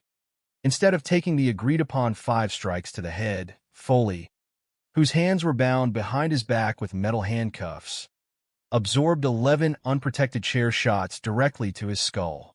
The footage remains deeply disturbing. Noelle Foley recalls having no childhood memories of her father actually wrestling, a mental block she attributes to the severe trauma of watching him endure such brutal beatings. She rightly notes that a normal person could have easily died from sustaining 11 heavy impacts to the head. Foley later admitted that he suffered legitimate brain damage strictly for a television storyline. The medical bills eventually came due. Decades of prioritizing spectacular visuals over his own safety resulted in devastating long-term health consequences. Doctors repeatedly warned him that continuing his career would leave him permanently crippled. But the desire for one last great match continually delayed his inevitable retirement. He suffered from severe memory loss, occasionally driving around his own neighborhood, completely unable to remember where he lived. Concussion after concussion accumulated. During an independent evaluation, a neurologist flatly informed Foley that he should never step foot inside a wrestling ring again. Today, Foley lives with the heavy price of his fame. The shadow of chronic traumatic encephalopathy looms large. Chronic traumatic encephalopathy is a terrifying, degenerative brain disease linked directly to repetitive trauma. His family lives in constant fear, wondering what his physical and mental state will look like in 10 or 20 years. To combat the neurological decline, Foley actively engages in mental gymnastics, performing spoken word shows across the country. The stimulation of a live audience keeps him moving forward. He chooses to appreciate the life he built rather than live in complete fear of an unknown medical future. He lived his ultimate dream, securing the legacy and acceptance he desperately craved since his youth. For many years, Foley actually harbored a deep resentment toward the Hell in a Cell match. It cast such a massive shadow that he felt it was the only thing he would ever be known for, entirely eclipsing the rest of his extensive career. It plunged him into a very dark, emotional place. However, a conversation with The Undertaker helped shift his perspective. The Undertaker reminded him that what they accomplished on that June night would outlive them both.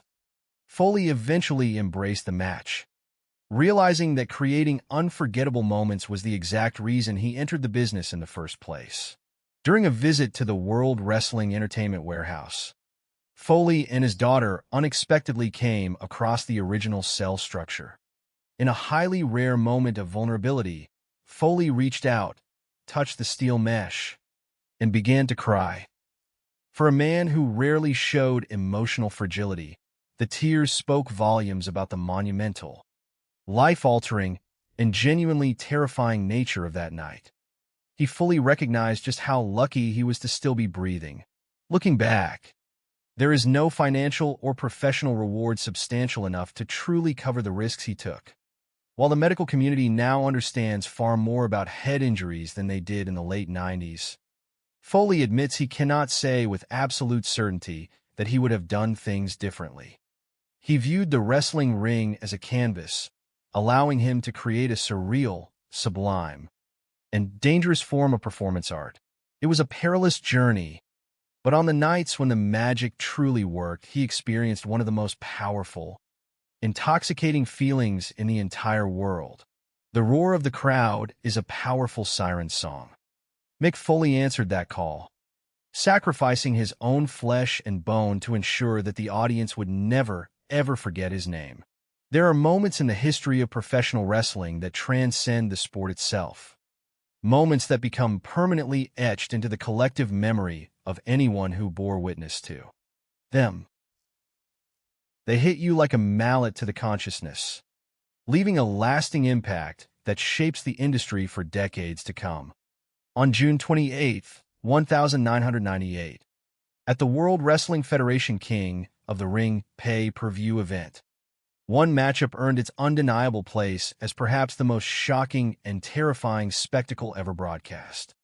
It was The Undertaker standing across from Mankind inside the unforgiving steel structure known as Hell in a Cell. According to those who lived through that era, Hell in a Cell was a concept that naturally pushed boundaries, but no one could have anticipated the absolute madness that would unfold that night in Pittsburgh. Two unique talents stepped out into the arena, both known for pushing the physical and psychological envelope until it teetered dangerously over the edge.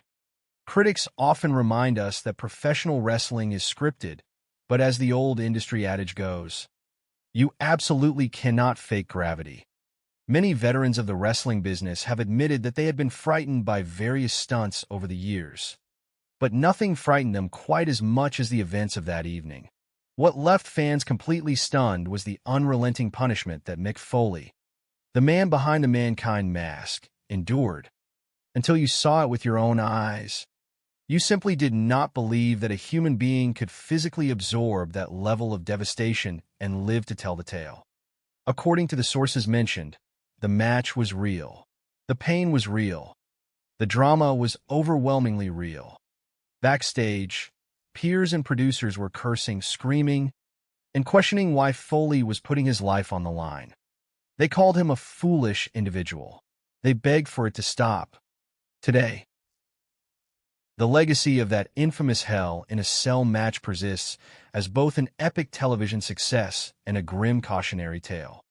As many involved have reflected, the company dodged several bullets that day.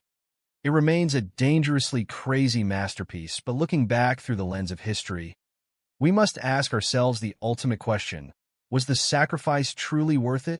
To understand why a man would willingly hurl himself toward the concrete, we must peel back the layers of Mick Foley's psychology.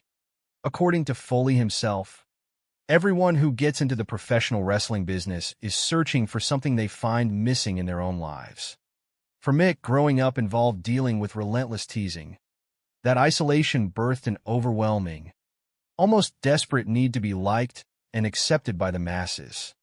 He craved the roar of the crowd and the validation of holding a championship belt.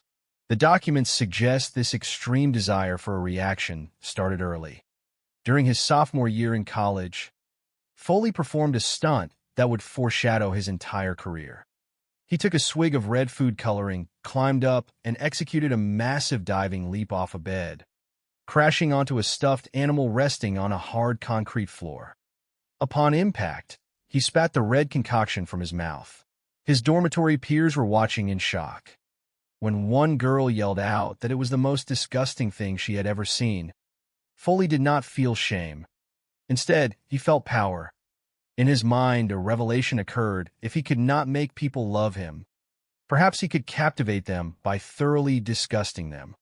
He simply needed to get a reaction. Thus began the journey of the man who would eventually become known globally as the hardcore legend. For an entire generation of fans, that Hell in a Cell match serves as the ultimate gateway into professional wrestling. Countless viewers point to that specific broadcast as the very first match they ever watched, the hook that turned them into lifelong fans. Yet, as analysts and historians often point out, new viewers quickly realize that not all matches are like that.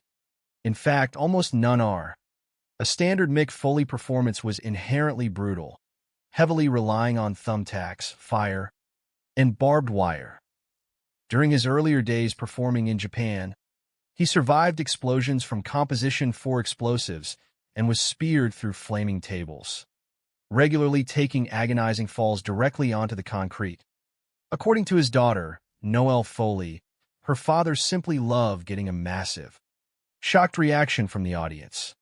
He put his body through unimaginable torment just to hear the crowd gasp. For Mick Foley, realism was his greatest tool.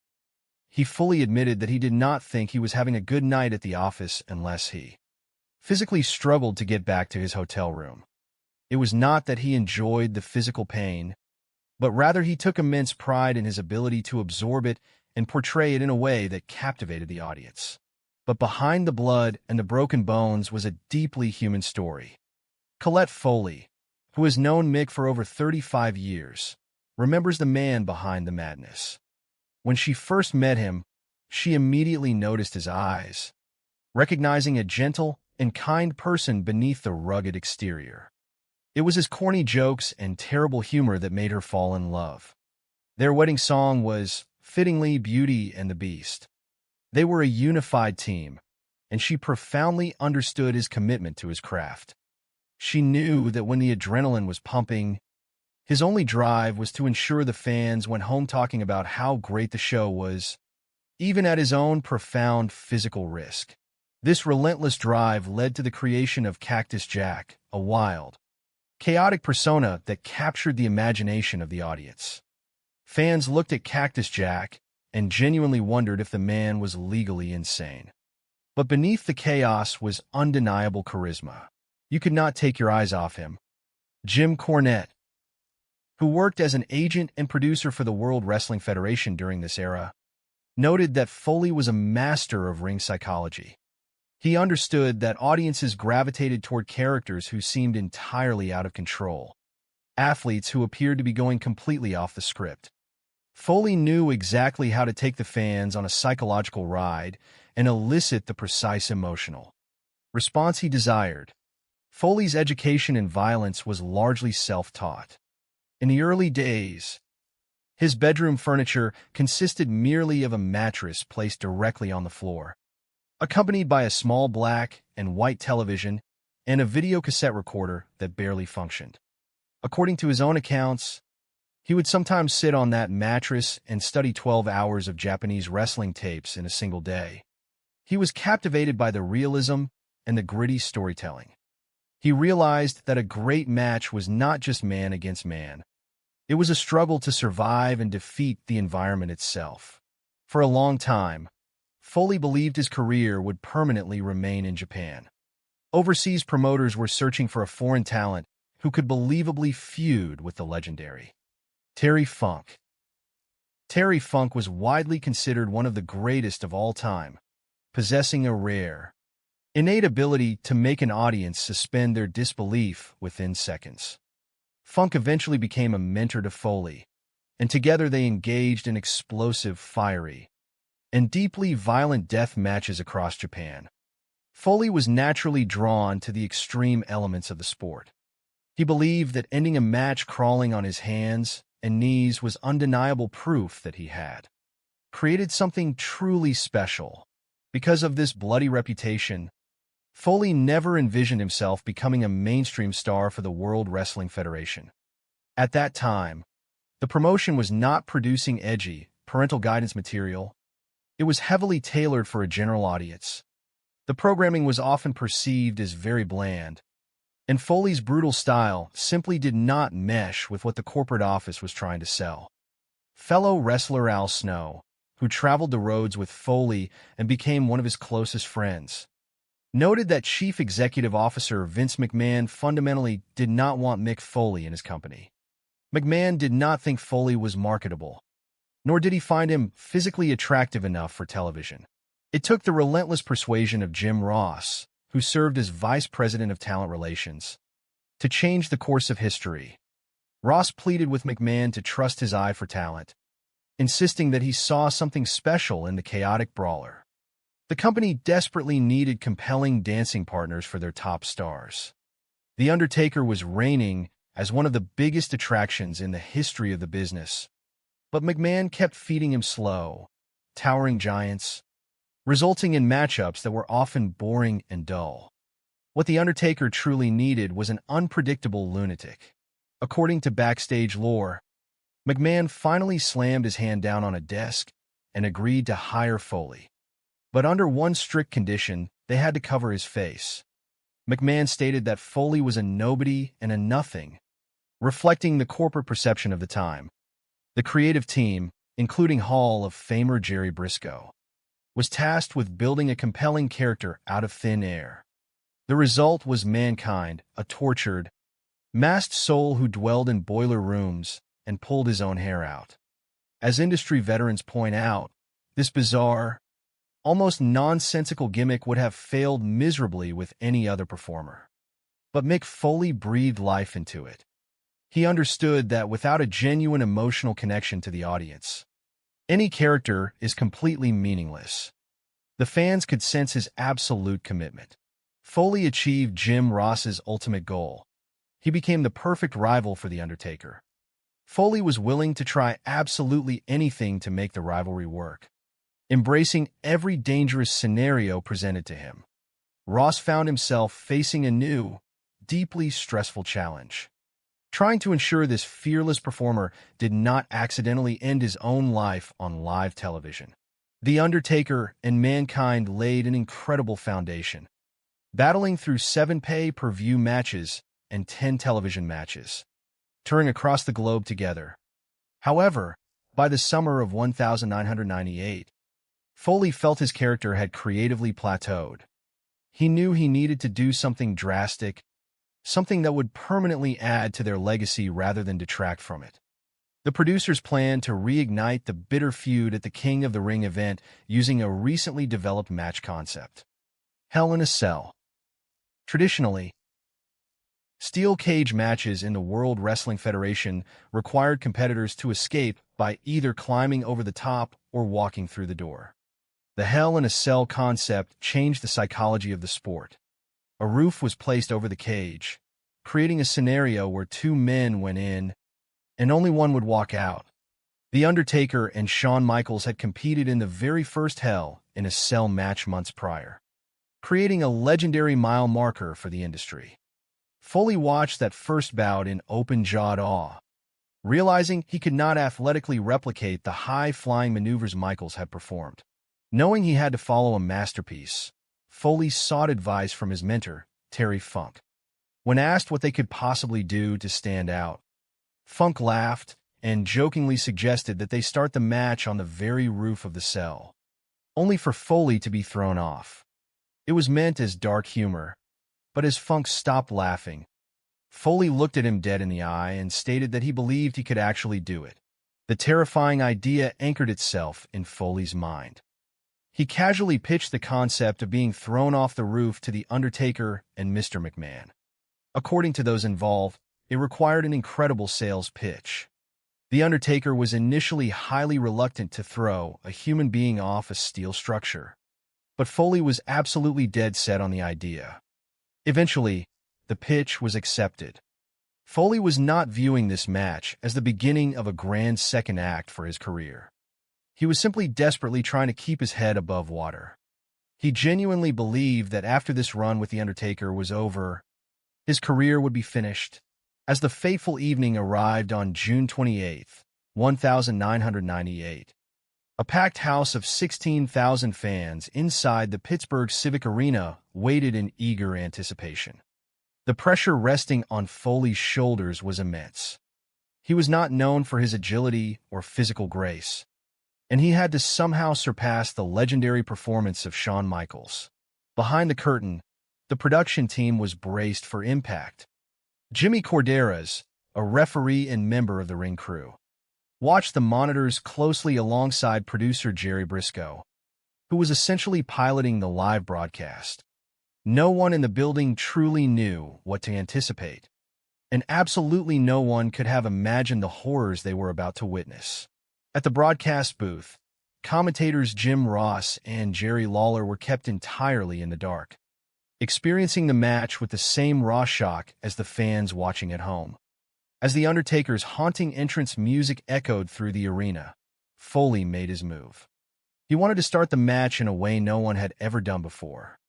Instead of entering the cage, he began climbing the exterior wall. The crowd gasped in collective confusion. Foley had assured McMahon and The Undertaker that he was perfectly comfortable on top of the cell. But the reality was vastly different. Foley was terrified.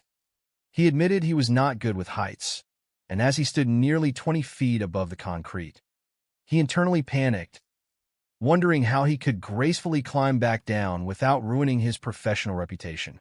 But there was no turning back. The Hell in a Cell match was officially underway, immediately creating a sense of psychological dread among the viewers. The top section of the cage was held together merely by plastic zip ties. With roughly 600 pounds of human weight pacing across the roof, the structural integrity instantly began to fail. Every time the competitors took a step, the metal mesh buckled and sank nearly a foot. The terrifying sound of zip ties snapping and springing off the metal echoed through the arena. Sensing the danger of the collapsing roof, The Undertaker cut off Foley's attempt to perform a suplex on top of the cell, knowing there was a very real chance they would both crash through the unstable mesh. The brawl moved dangerously close to the edge of the structure, hovering directly above the Spanish announce desk. For the producers in the back, the margin for error was terrifyingly small. The announce table looked like miniature dollhouse furniture from that towering height. Then, time seemed to stand still. To the absolute horror of everyone watching, a 300-pound human being was violently flung from the roof, plummeting through the air from 20 feet above. The visual was incomprehensible. Foley crashed spectacularly through the Spanish announcer table, shattering the wood and monitors upon impact. A sickening, violent crash echoed through the arena. Backstage, the locker room erupted in sheer panic. Fellow wrestlers and agents felt as though they had just witnessed a fatal car accident. Many genuinely believed Mick Foley had died upon impact. In an industry built on scripted entertainment, this was a terrifying dose of unscripted reality. The audience let out an audible, horrified gasp. Colette Foley, watching at home with her 2 young children, desperately tried to soothe them by repeating that it was just a show, even as her own mind reeled in absolute terror. The physical toll of the fall was catastrophic, but according to Foley, the immediate pain was masked by a massive rush of adrenaline. He had visualized the fall in his head, and in mid-air, he managed to rotate his body to land as flat as possible, allowing the breaking table to slightly cushion the devastating blow and save his life. Medical personnel, including Dr. Francois Petit, sprinted down the aisle. Dr. Petit, a martial arts expert and chiropractor who traveled with the company, was known for his ability to adjust and fix battered wrestlers. But this was entirely uncharted territory. Foley had landed terribly on his back, severely dislocating his shoulder. Emergency medical technicians struggled to navigate a gurney down the crowded aisle, eventually having to mechanically raise the cell just to reach the fallen competitor. Foley was strapped to the board. The match appeared to be completely over, but the legend of Mankind was about to take its most surreal turn. As the gurney was wheeled up the ramp, Foley realized that the longer the delay, the more captivated the audience became. Against the desperate pleas of the medical staff, the referees, and the producers, Foley rolled off the gurney. Covered in bruises and visibly limping, he turned around and began marching back toward the ring. The crowd erupted into a state of absolute disbelief. Backstage, peers were screaming at the television monitors, demanding to know why this foolish, reckless man was continuing. By getting off that gurney and climbing back up the cell with a dislocated shoulder, Foley cemented himself as a transcendent, indestructible star. The producers breathed a sigh of relief, assuming the worst was over. The next planned segment of the match called for a chokeslam on top of the cell, which was supposed to cause the mesh to safely and gradually give way, creating a visual of The Undertaker stuffing Foley down into the ring. However, reality had a much darker plan. When The Undertaker elevated Foley and drove him down onto the mesh, the cage roof did not gradually give way. It violently broke completely open. Foley plummeted uncontrollably through the air for the second time that night, crashing directly onto the ring mat below. To make matters unimaginably worse, a heavy metal folding chair fell through the broken roof right behind him, violently striking him squarely in the face upon impact. The mat inside a wrestling ring is unforgiving, often described by performers as being akin to solid concrete. Hitting it from that height without any preparation resulted in catastrophic trauma. This was not part of the plan. Backstage, the panic shifted from concern to sheer dread. The room fell dead silent. This time, Foley lay completely motionless in the center of the ring. Colette Foley was furious, feeling betrayed because she believed her husband had lied to her about the stunts planned for the evening. For the first time in his legendary career, Mick Foley was legitimately knocked out cold. Paramedics, referees, and Terry Funk flooded the cage. The situation felt terrifyingly dire. Funk, recognizing the gravity of the moment, looked into Foley's unblinking eyes and realized nobody was home. The Undertaker, looking down from the broken roof, instructed Funk to check if Foley was even still breathing. According to medical records and Foley's own recollection, he lost 42 seconds of his life to complete darkness. To buy crucial time for his friend to regain consciousness, Terry Funk bravely initiated a completely unscripted brawl with The Undertaker, pulling the camera's focus away from the lifeless body on the mat. In hindsight, industry experts universally agree that the match should have been immediately stopped. But in that era of the business, protocols were vastly different. Matches were almost never stopped, and performers simply bought time.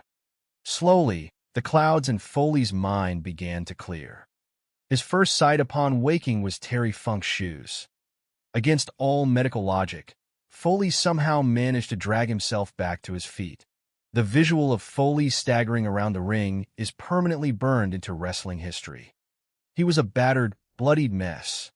In a testament to his dedication to the art of television, even through the haze of a severe concussion, Foley realized he had a massive, gaping wound underneath his lip. He consciously forced his own tongue through the hole in his face, smiling a terrifying, blood-soaked smile for the cameras. Adding to the grotesque imagery, one of his front teeth had been violently knocked out by the falling steel chair. The tooth had traveled backward, and because he was breathing so heavily, it had been forced up through his nasal passage, visibly lodging itself inside his nostril.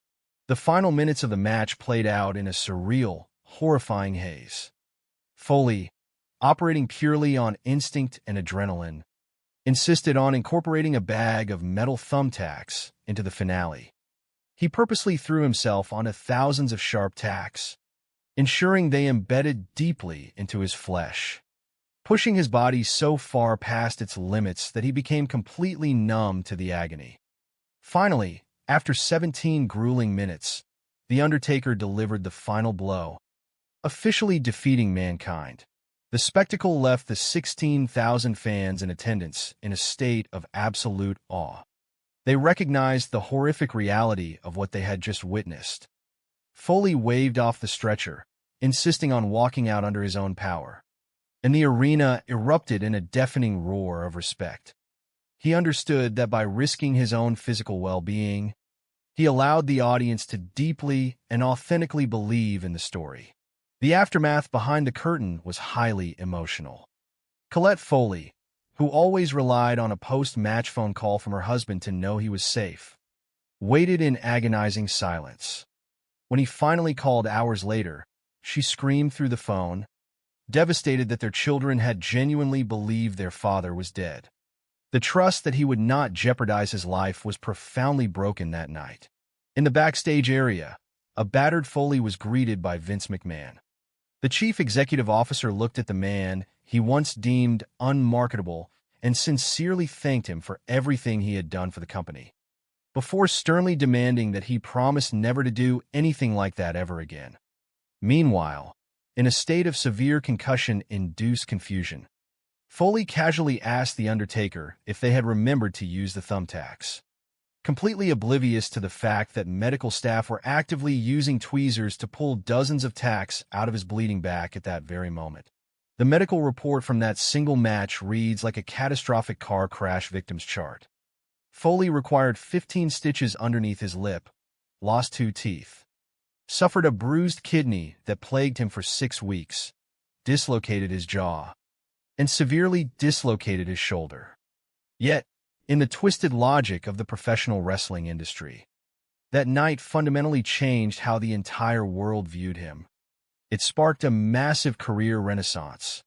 Within exactly 6 months of that terrifying night, the man Vince McMahon originally wanted to hide under a mask was crowned the undisputed world champion. However, the bar for violence had been irreparably raised. Foley felt an immense, suffocating pressure to continually live up to his newly cemented status as the hardcore legend. The applause and the adrenaline became an addictive rush, leading him to take progressively more dangerous risks. Many peers and producers issued dire warnings, explicitly telling him that if he continued to push the boundaries of human endurance, his body would inevitably force him to pay the toll. Foley understood their concern, but he fundamentally disagreed. Just 7 months later, Foley pushed the limits of human endurance yet again, this time stepping into the ring against The Rock in an infamous I Quit match. The bout was heavily criticized for its excessive blood loss and sheer brutality. Against the strong advice of management, Foley instructed The Rock to hit him as hard as humanly possible with a steel chair. The original plan called for Foley to take 5 unprotected chair shots to the head. Instead, caught in the chaos and intensity of the live performance, he absorbed 11 sickening, unprotected blows. For Colette Foley and her children watching from the front row, it was one of the worst days of their lives. The children were not old enough to differentiate between the scripted narrative and the very real physical trauma their father was enduring. The horrifying reality was that Foley was suffering legitimate, irreversible brain damage for the sake of a television storyline.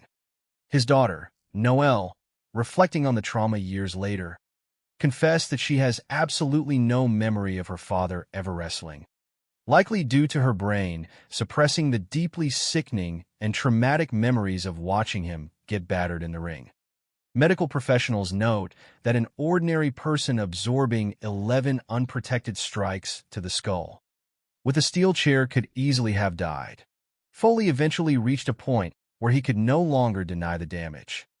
He was suffering from compounding concussions. There were terrifying nights when he would drive his car and completely forget where he lived. When he finally visited an independent neurologist outside of the World Wrestling Entertainment Medical System, the doctor delivered a sobering verdict. Foley was strictly advised to never wrestle again.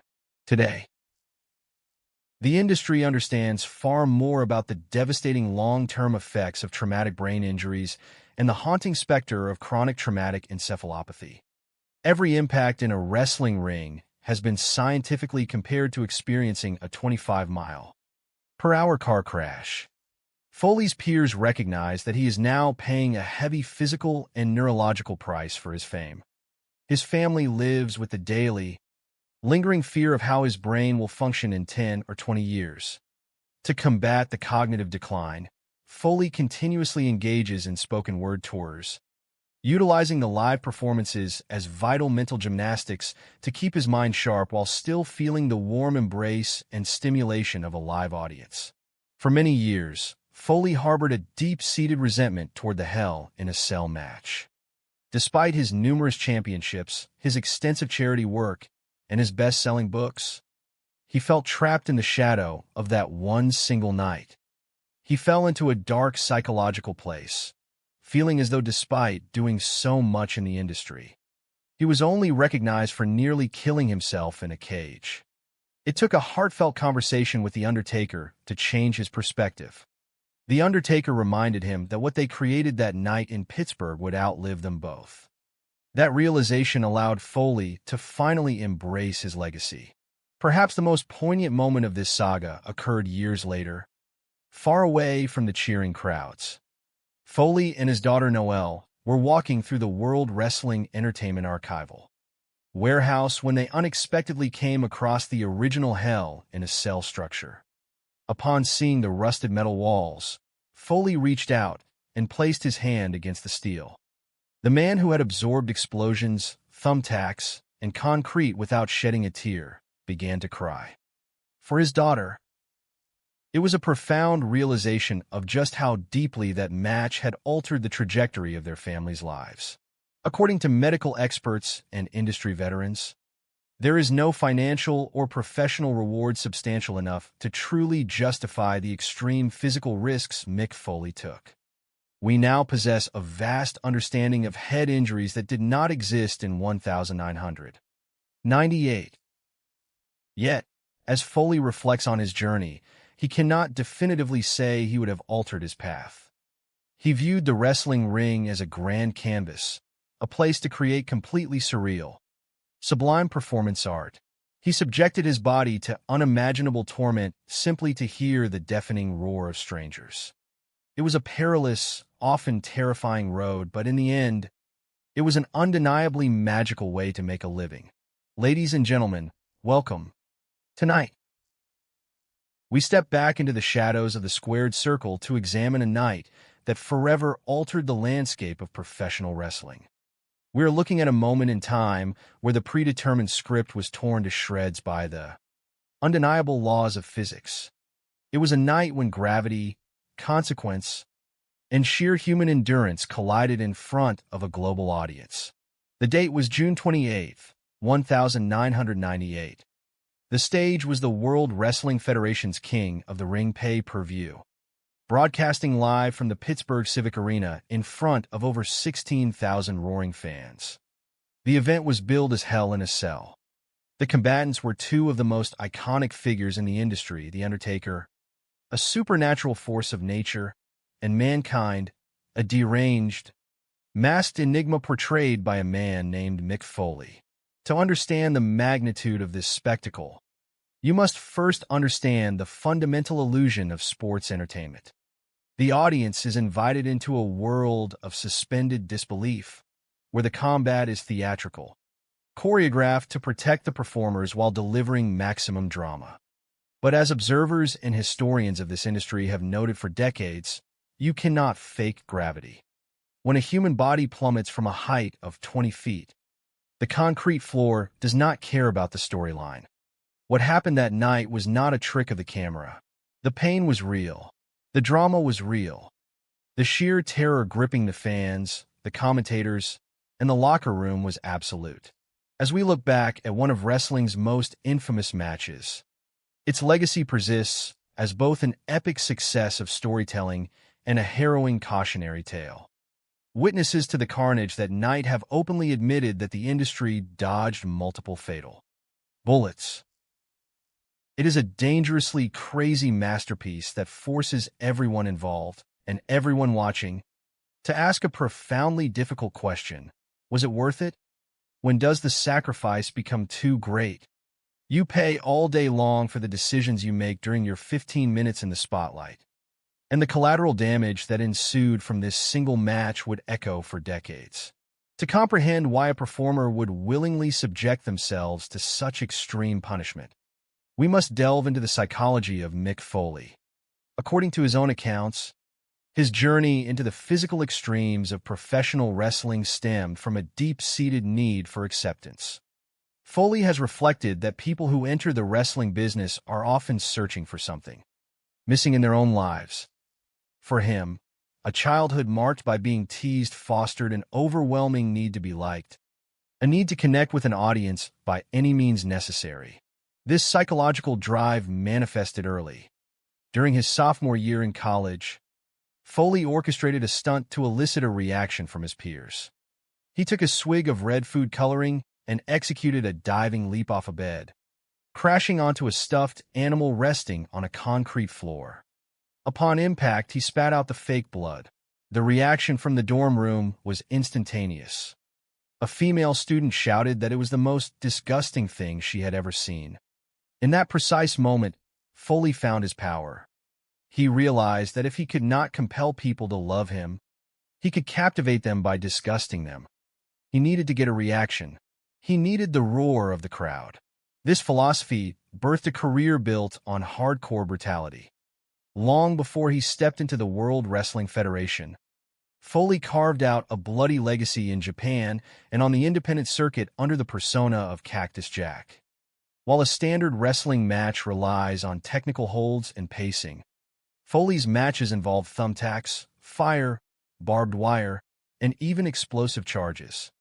Observers from that era recall him being thrown into sea for explosives, taking terrifying falls onto exposed concrete, and absorbing unimaginable amounts of punishment. His daughter, Noelle Foley, has noted that her father genuinely thrived on eliciting visceral reactions of shock and horror from the audience. For Foley, realism was his greatest tool. He operated under a grueling personal standard. He did not believe he had delivered a good performance unless he physically struggled to walk back to his hotel room. According to those close to him, he did not enjoy the physical pain itself, but he relished his ability to endure it and project it outward to entertain the masses.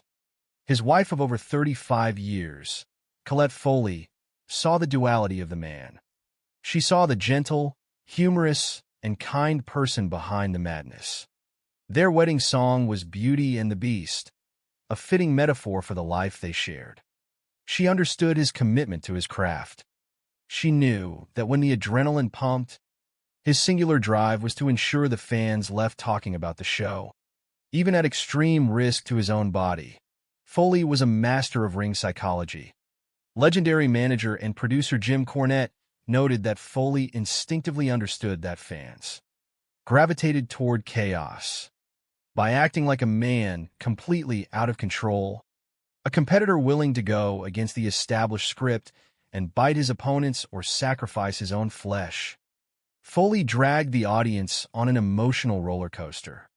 He commanded their attention, and in doing so, his reputation swelled. However, this reputation was forged far away from the bright lights of the mainstream. In his early years, Foley and his wife slept on a mattress on the floor, watching a broken television and a VCR loaded with Japanese wrestling tapes. He would study these tapes for up to 12 hours a day, obsessing over the realism and the storytelling where a wrestler had to defeat not just their opponent, but the dangerous environment around them. At that time, Foley believed his destiny lay in Japan. The Japanese promoters were looking for a foreign antagonist to feud with the legendary Terry Funk. Funk, widely considered a master of making audiences suspend their disbelief, became a mentor to Foley. Together, they engaged in explosive, fiery death matches that cemented Foley's hardcore legacy. Despite this underground success, The corporate hierarchy of the World Wrestling Federation did not see a superstar. During that era, the company presented a highly sanitized, family-friendly product. Vince McMahon, the chairman, outright rejected the idea of hiring Foley. According to executive Jim Ross, who was the vice president of talent relations at the time, McMahon did not think Foley was marketable. He did not possess the traditional bodybuilder physique, nor was he considered conventionally attractive. It took persistent lobbying from Jim Ross to get Foley through the door. Ross needed fresh opponents for The Undertaker, the company's biggest attraction. McMahon had repeatedly booked massive giants against The Undertaker, resulting in slow, uninspiring matches.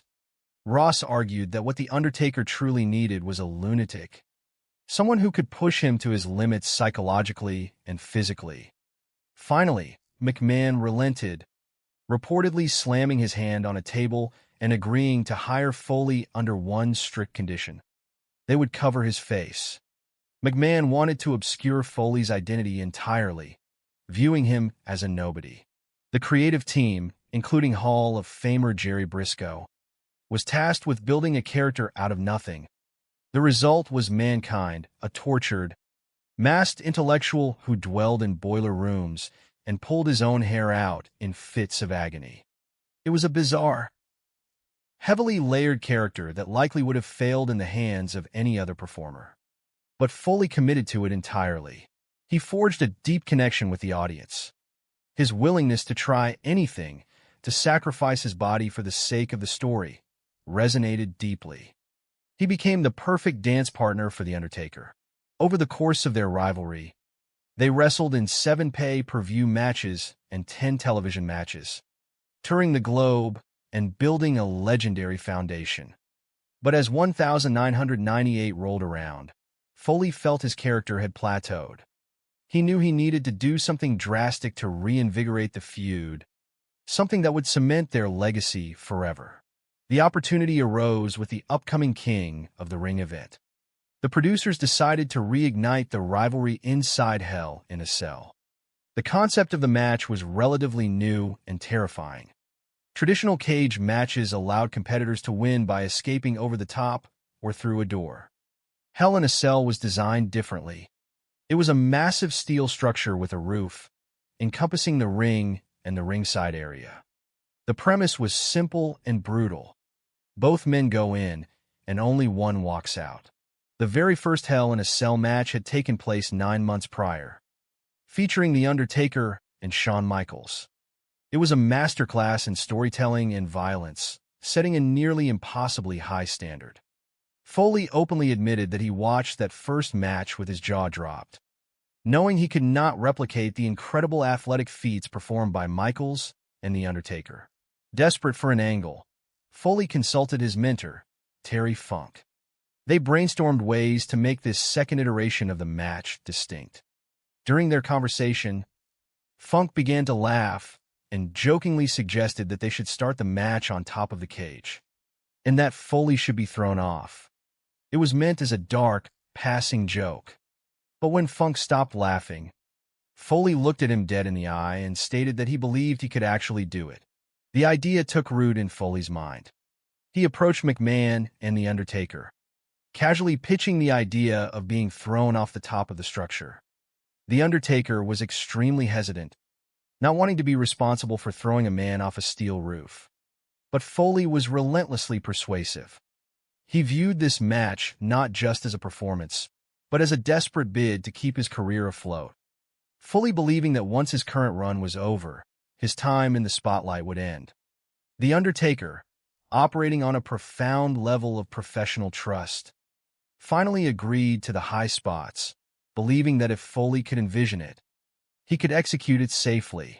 As the night of June 28th arrived, the atmosphere inside the Pittsburgh Civic Arena was electric with anticipation. Announcers Jim Ross and Jerry Lawler hyped the match, noting the extreme danger and speculating that the loser might bypass the hospital and head straight to the morgue.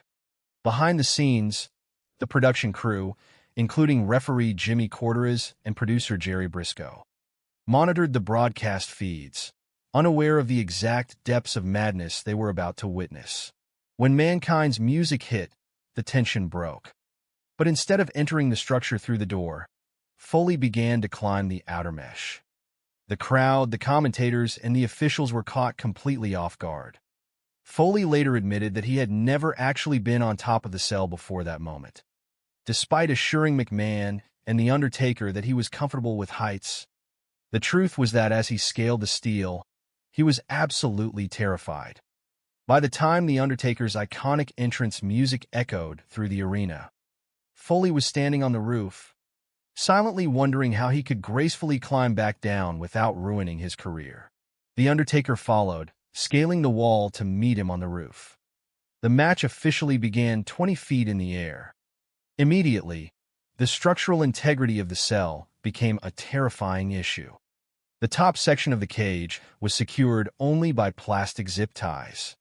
With over 600 pounds of human weight shifting across the mesh, the roof began to sag dangerously. With every step the men took, the metal bowed downward by a foot, and the horrifying sound of zip ties snapping echoed through the arena. The original plan called for Foley to execute a suplex on The Undertaker atop the cage.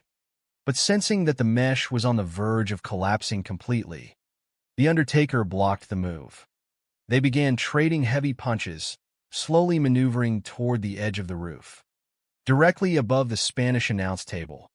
From his vantage point, Jim Ross watched in disbelief, assuming the proximity to the edge was merely a tease. The margin for error was non-existent. Looking down, Foley saw the announce table looking as small as a dollhouse. Then the unthinkable happened, in a moment that remains etched in the minds of wrestling fans worldwide. The Undertaker grabbed Mankind and violently flung him off the edge of the 20-foot structure. Time seemed to warp. A 300-pound man plummeted through the air. The impact was sickening. Foley crashed through the Spanish announce table, violently flattening it against the concrete floor. The sound of the collision was deafening. Jim Ross screamed into his microphone in pure shock. Backstage, the locker room erupted in genuine panic. To the seasoned professionals watching, it looked like a fatal car accident. Many believed they had just watched a man die on live television. The sheer audacity of the stunt stunned everyone. Nothing like this had ever been attempted in the history of the business. As the arena held its collective breath, the cameras captured Foley lying motionless among the wreckage. Colette Foley, watching at home with their young children, desperately tried to soothe them by claiming it was all fake, even as her own mind reeled with terror. But Foley had executed his terrifying vision perfectly. While falling, he managed to rotate his body just enough to land flat on the table, allowing it to absorb a crucial fraction of the impact and cushion his fall. Backstage, the production team immediately switched into crisis management mode, replaying the unbelievable footage while medical personnel scrambled to the scene. Spanish commentator Hugo Savinovic, who had barely managed to dive out of the way before Foley obliterated his desk, was traumatized. As a friend, his instinct was to help, but the unwritten rules of the performance dictated that he could not interfere. Terry Funk was the first to reach the wreckage, desperately checking to see if Foley was still conscious. Dr. Francois Petit, the company's medical director known for his intense and unconventional methods, rushed from the backstage area in a state of absolute disbelief. Recognizing immediately that Foley had suffered a severe back impact and a dislocated shoulder, emergency medical technicians arrived with a gurney. In a surreal logistical hurdle, the gurney could not fit through the narrow ringside area, forcing the crew to mechanically raise the massive steel cell, with The Undertaker still standing on top of it, just to evacuate the broken performer. As Foley was strapped down and wheeled up the ramp, the audience and the commentators believed the horrific spectacle was mercifully over. But as the gurney rolled away, a strange realization washed over Foley. Despite the agonizing pain, the adrenaline coursing through his veins was overwhelming. He realized that the longer the delay, the more intensely the audience was hooked. Against all logic, medical advice, and the pleas of his colleagues, Foley rolled off the gurney.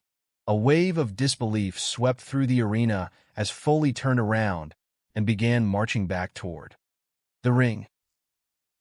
The officials shouted for him to stop. Jim Ross questioned his sanity on live commentary.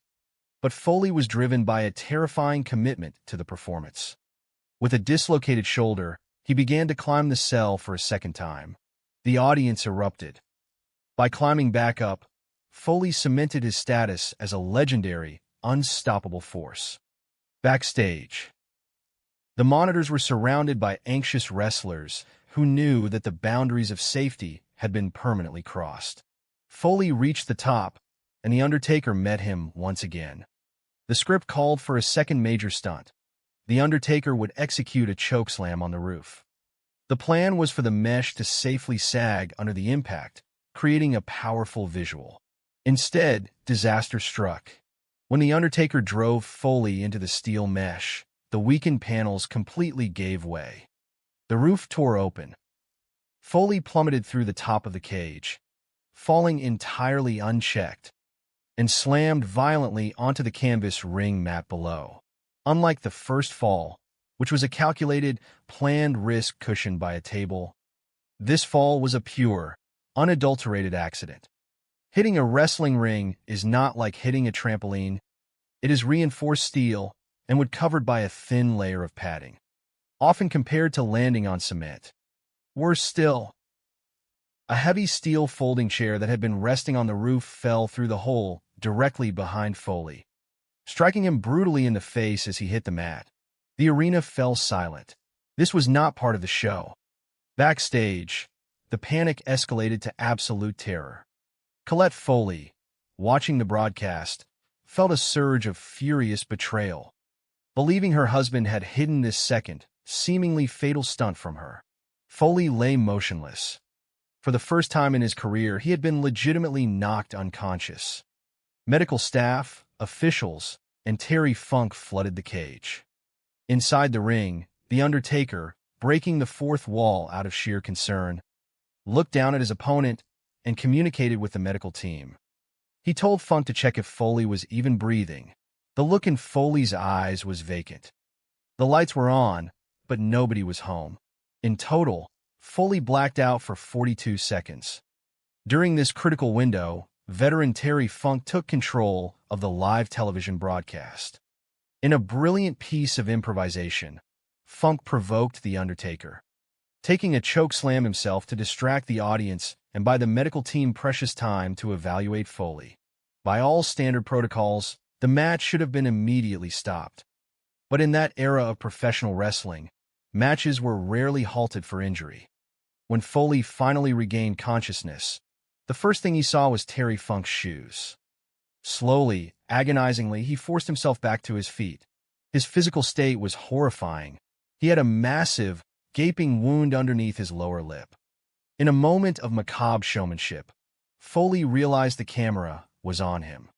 To create an unforgettable television image, he purposefully stuck his tongue through the open hole in his face and smiled. The camera zoomed in, revealing another gruesome detail. One of Foley's front teeth had been knocked out by the falling chair and had somehow lodged itself inside his nasal passage. Medical staff later theorized that the tooth had been knocked into his throat, and in his desperate, heavy breathing, he had inhaled it upwards into his sinus cavity. Despite suffering a severe concussion, a dislocated jaw, a dislocated shoulder, and internal injuries, Foley refused to end the match. He insisted on continuing to the final plan sequence. The Undertaker, operating as a consummate professional while dealing with an unprecedented crisis, guided Foley through the remaining minutes. The finale involved a bag of metal thumbtacks scattered across the ring. In his concussed state, Foley barely registered the pain as he was slammed bare-backed into the bed of tacks, purposefully rolling around to ensure they pierced his skin to deliver the maximum visual impact for the crowd. Finally, after 17 minutes of absolute brutality, The Undertaker delivered a final maneuver and pinned Mankind, bringing the most unbelievable match in wrestling history to a close. The aftermath was a blur of chaos and concern. Foley was helped backstage, looking like a survivor of a war zone. The medical team furiously plucked dozens of thumbtacks from his flesh. He was so heavily concussed that he had to ask The Undertaker if they had actually performed the thumbtack sequence, completely unaware that the doctors were actively removing the metal spikes from his body at that very moment. Vince McMahon approached him behind the curtain. According to witnesses, McMahon looked at his battered performer, thanked him for everything he had done for the company, and strictly demanded that he never do anything like that ever again. The toll on Foley's personal life was immense. He had failed to make his usual post-match phone call to his wife to assure her he was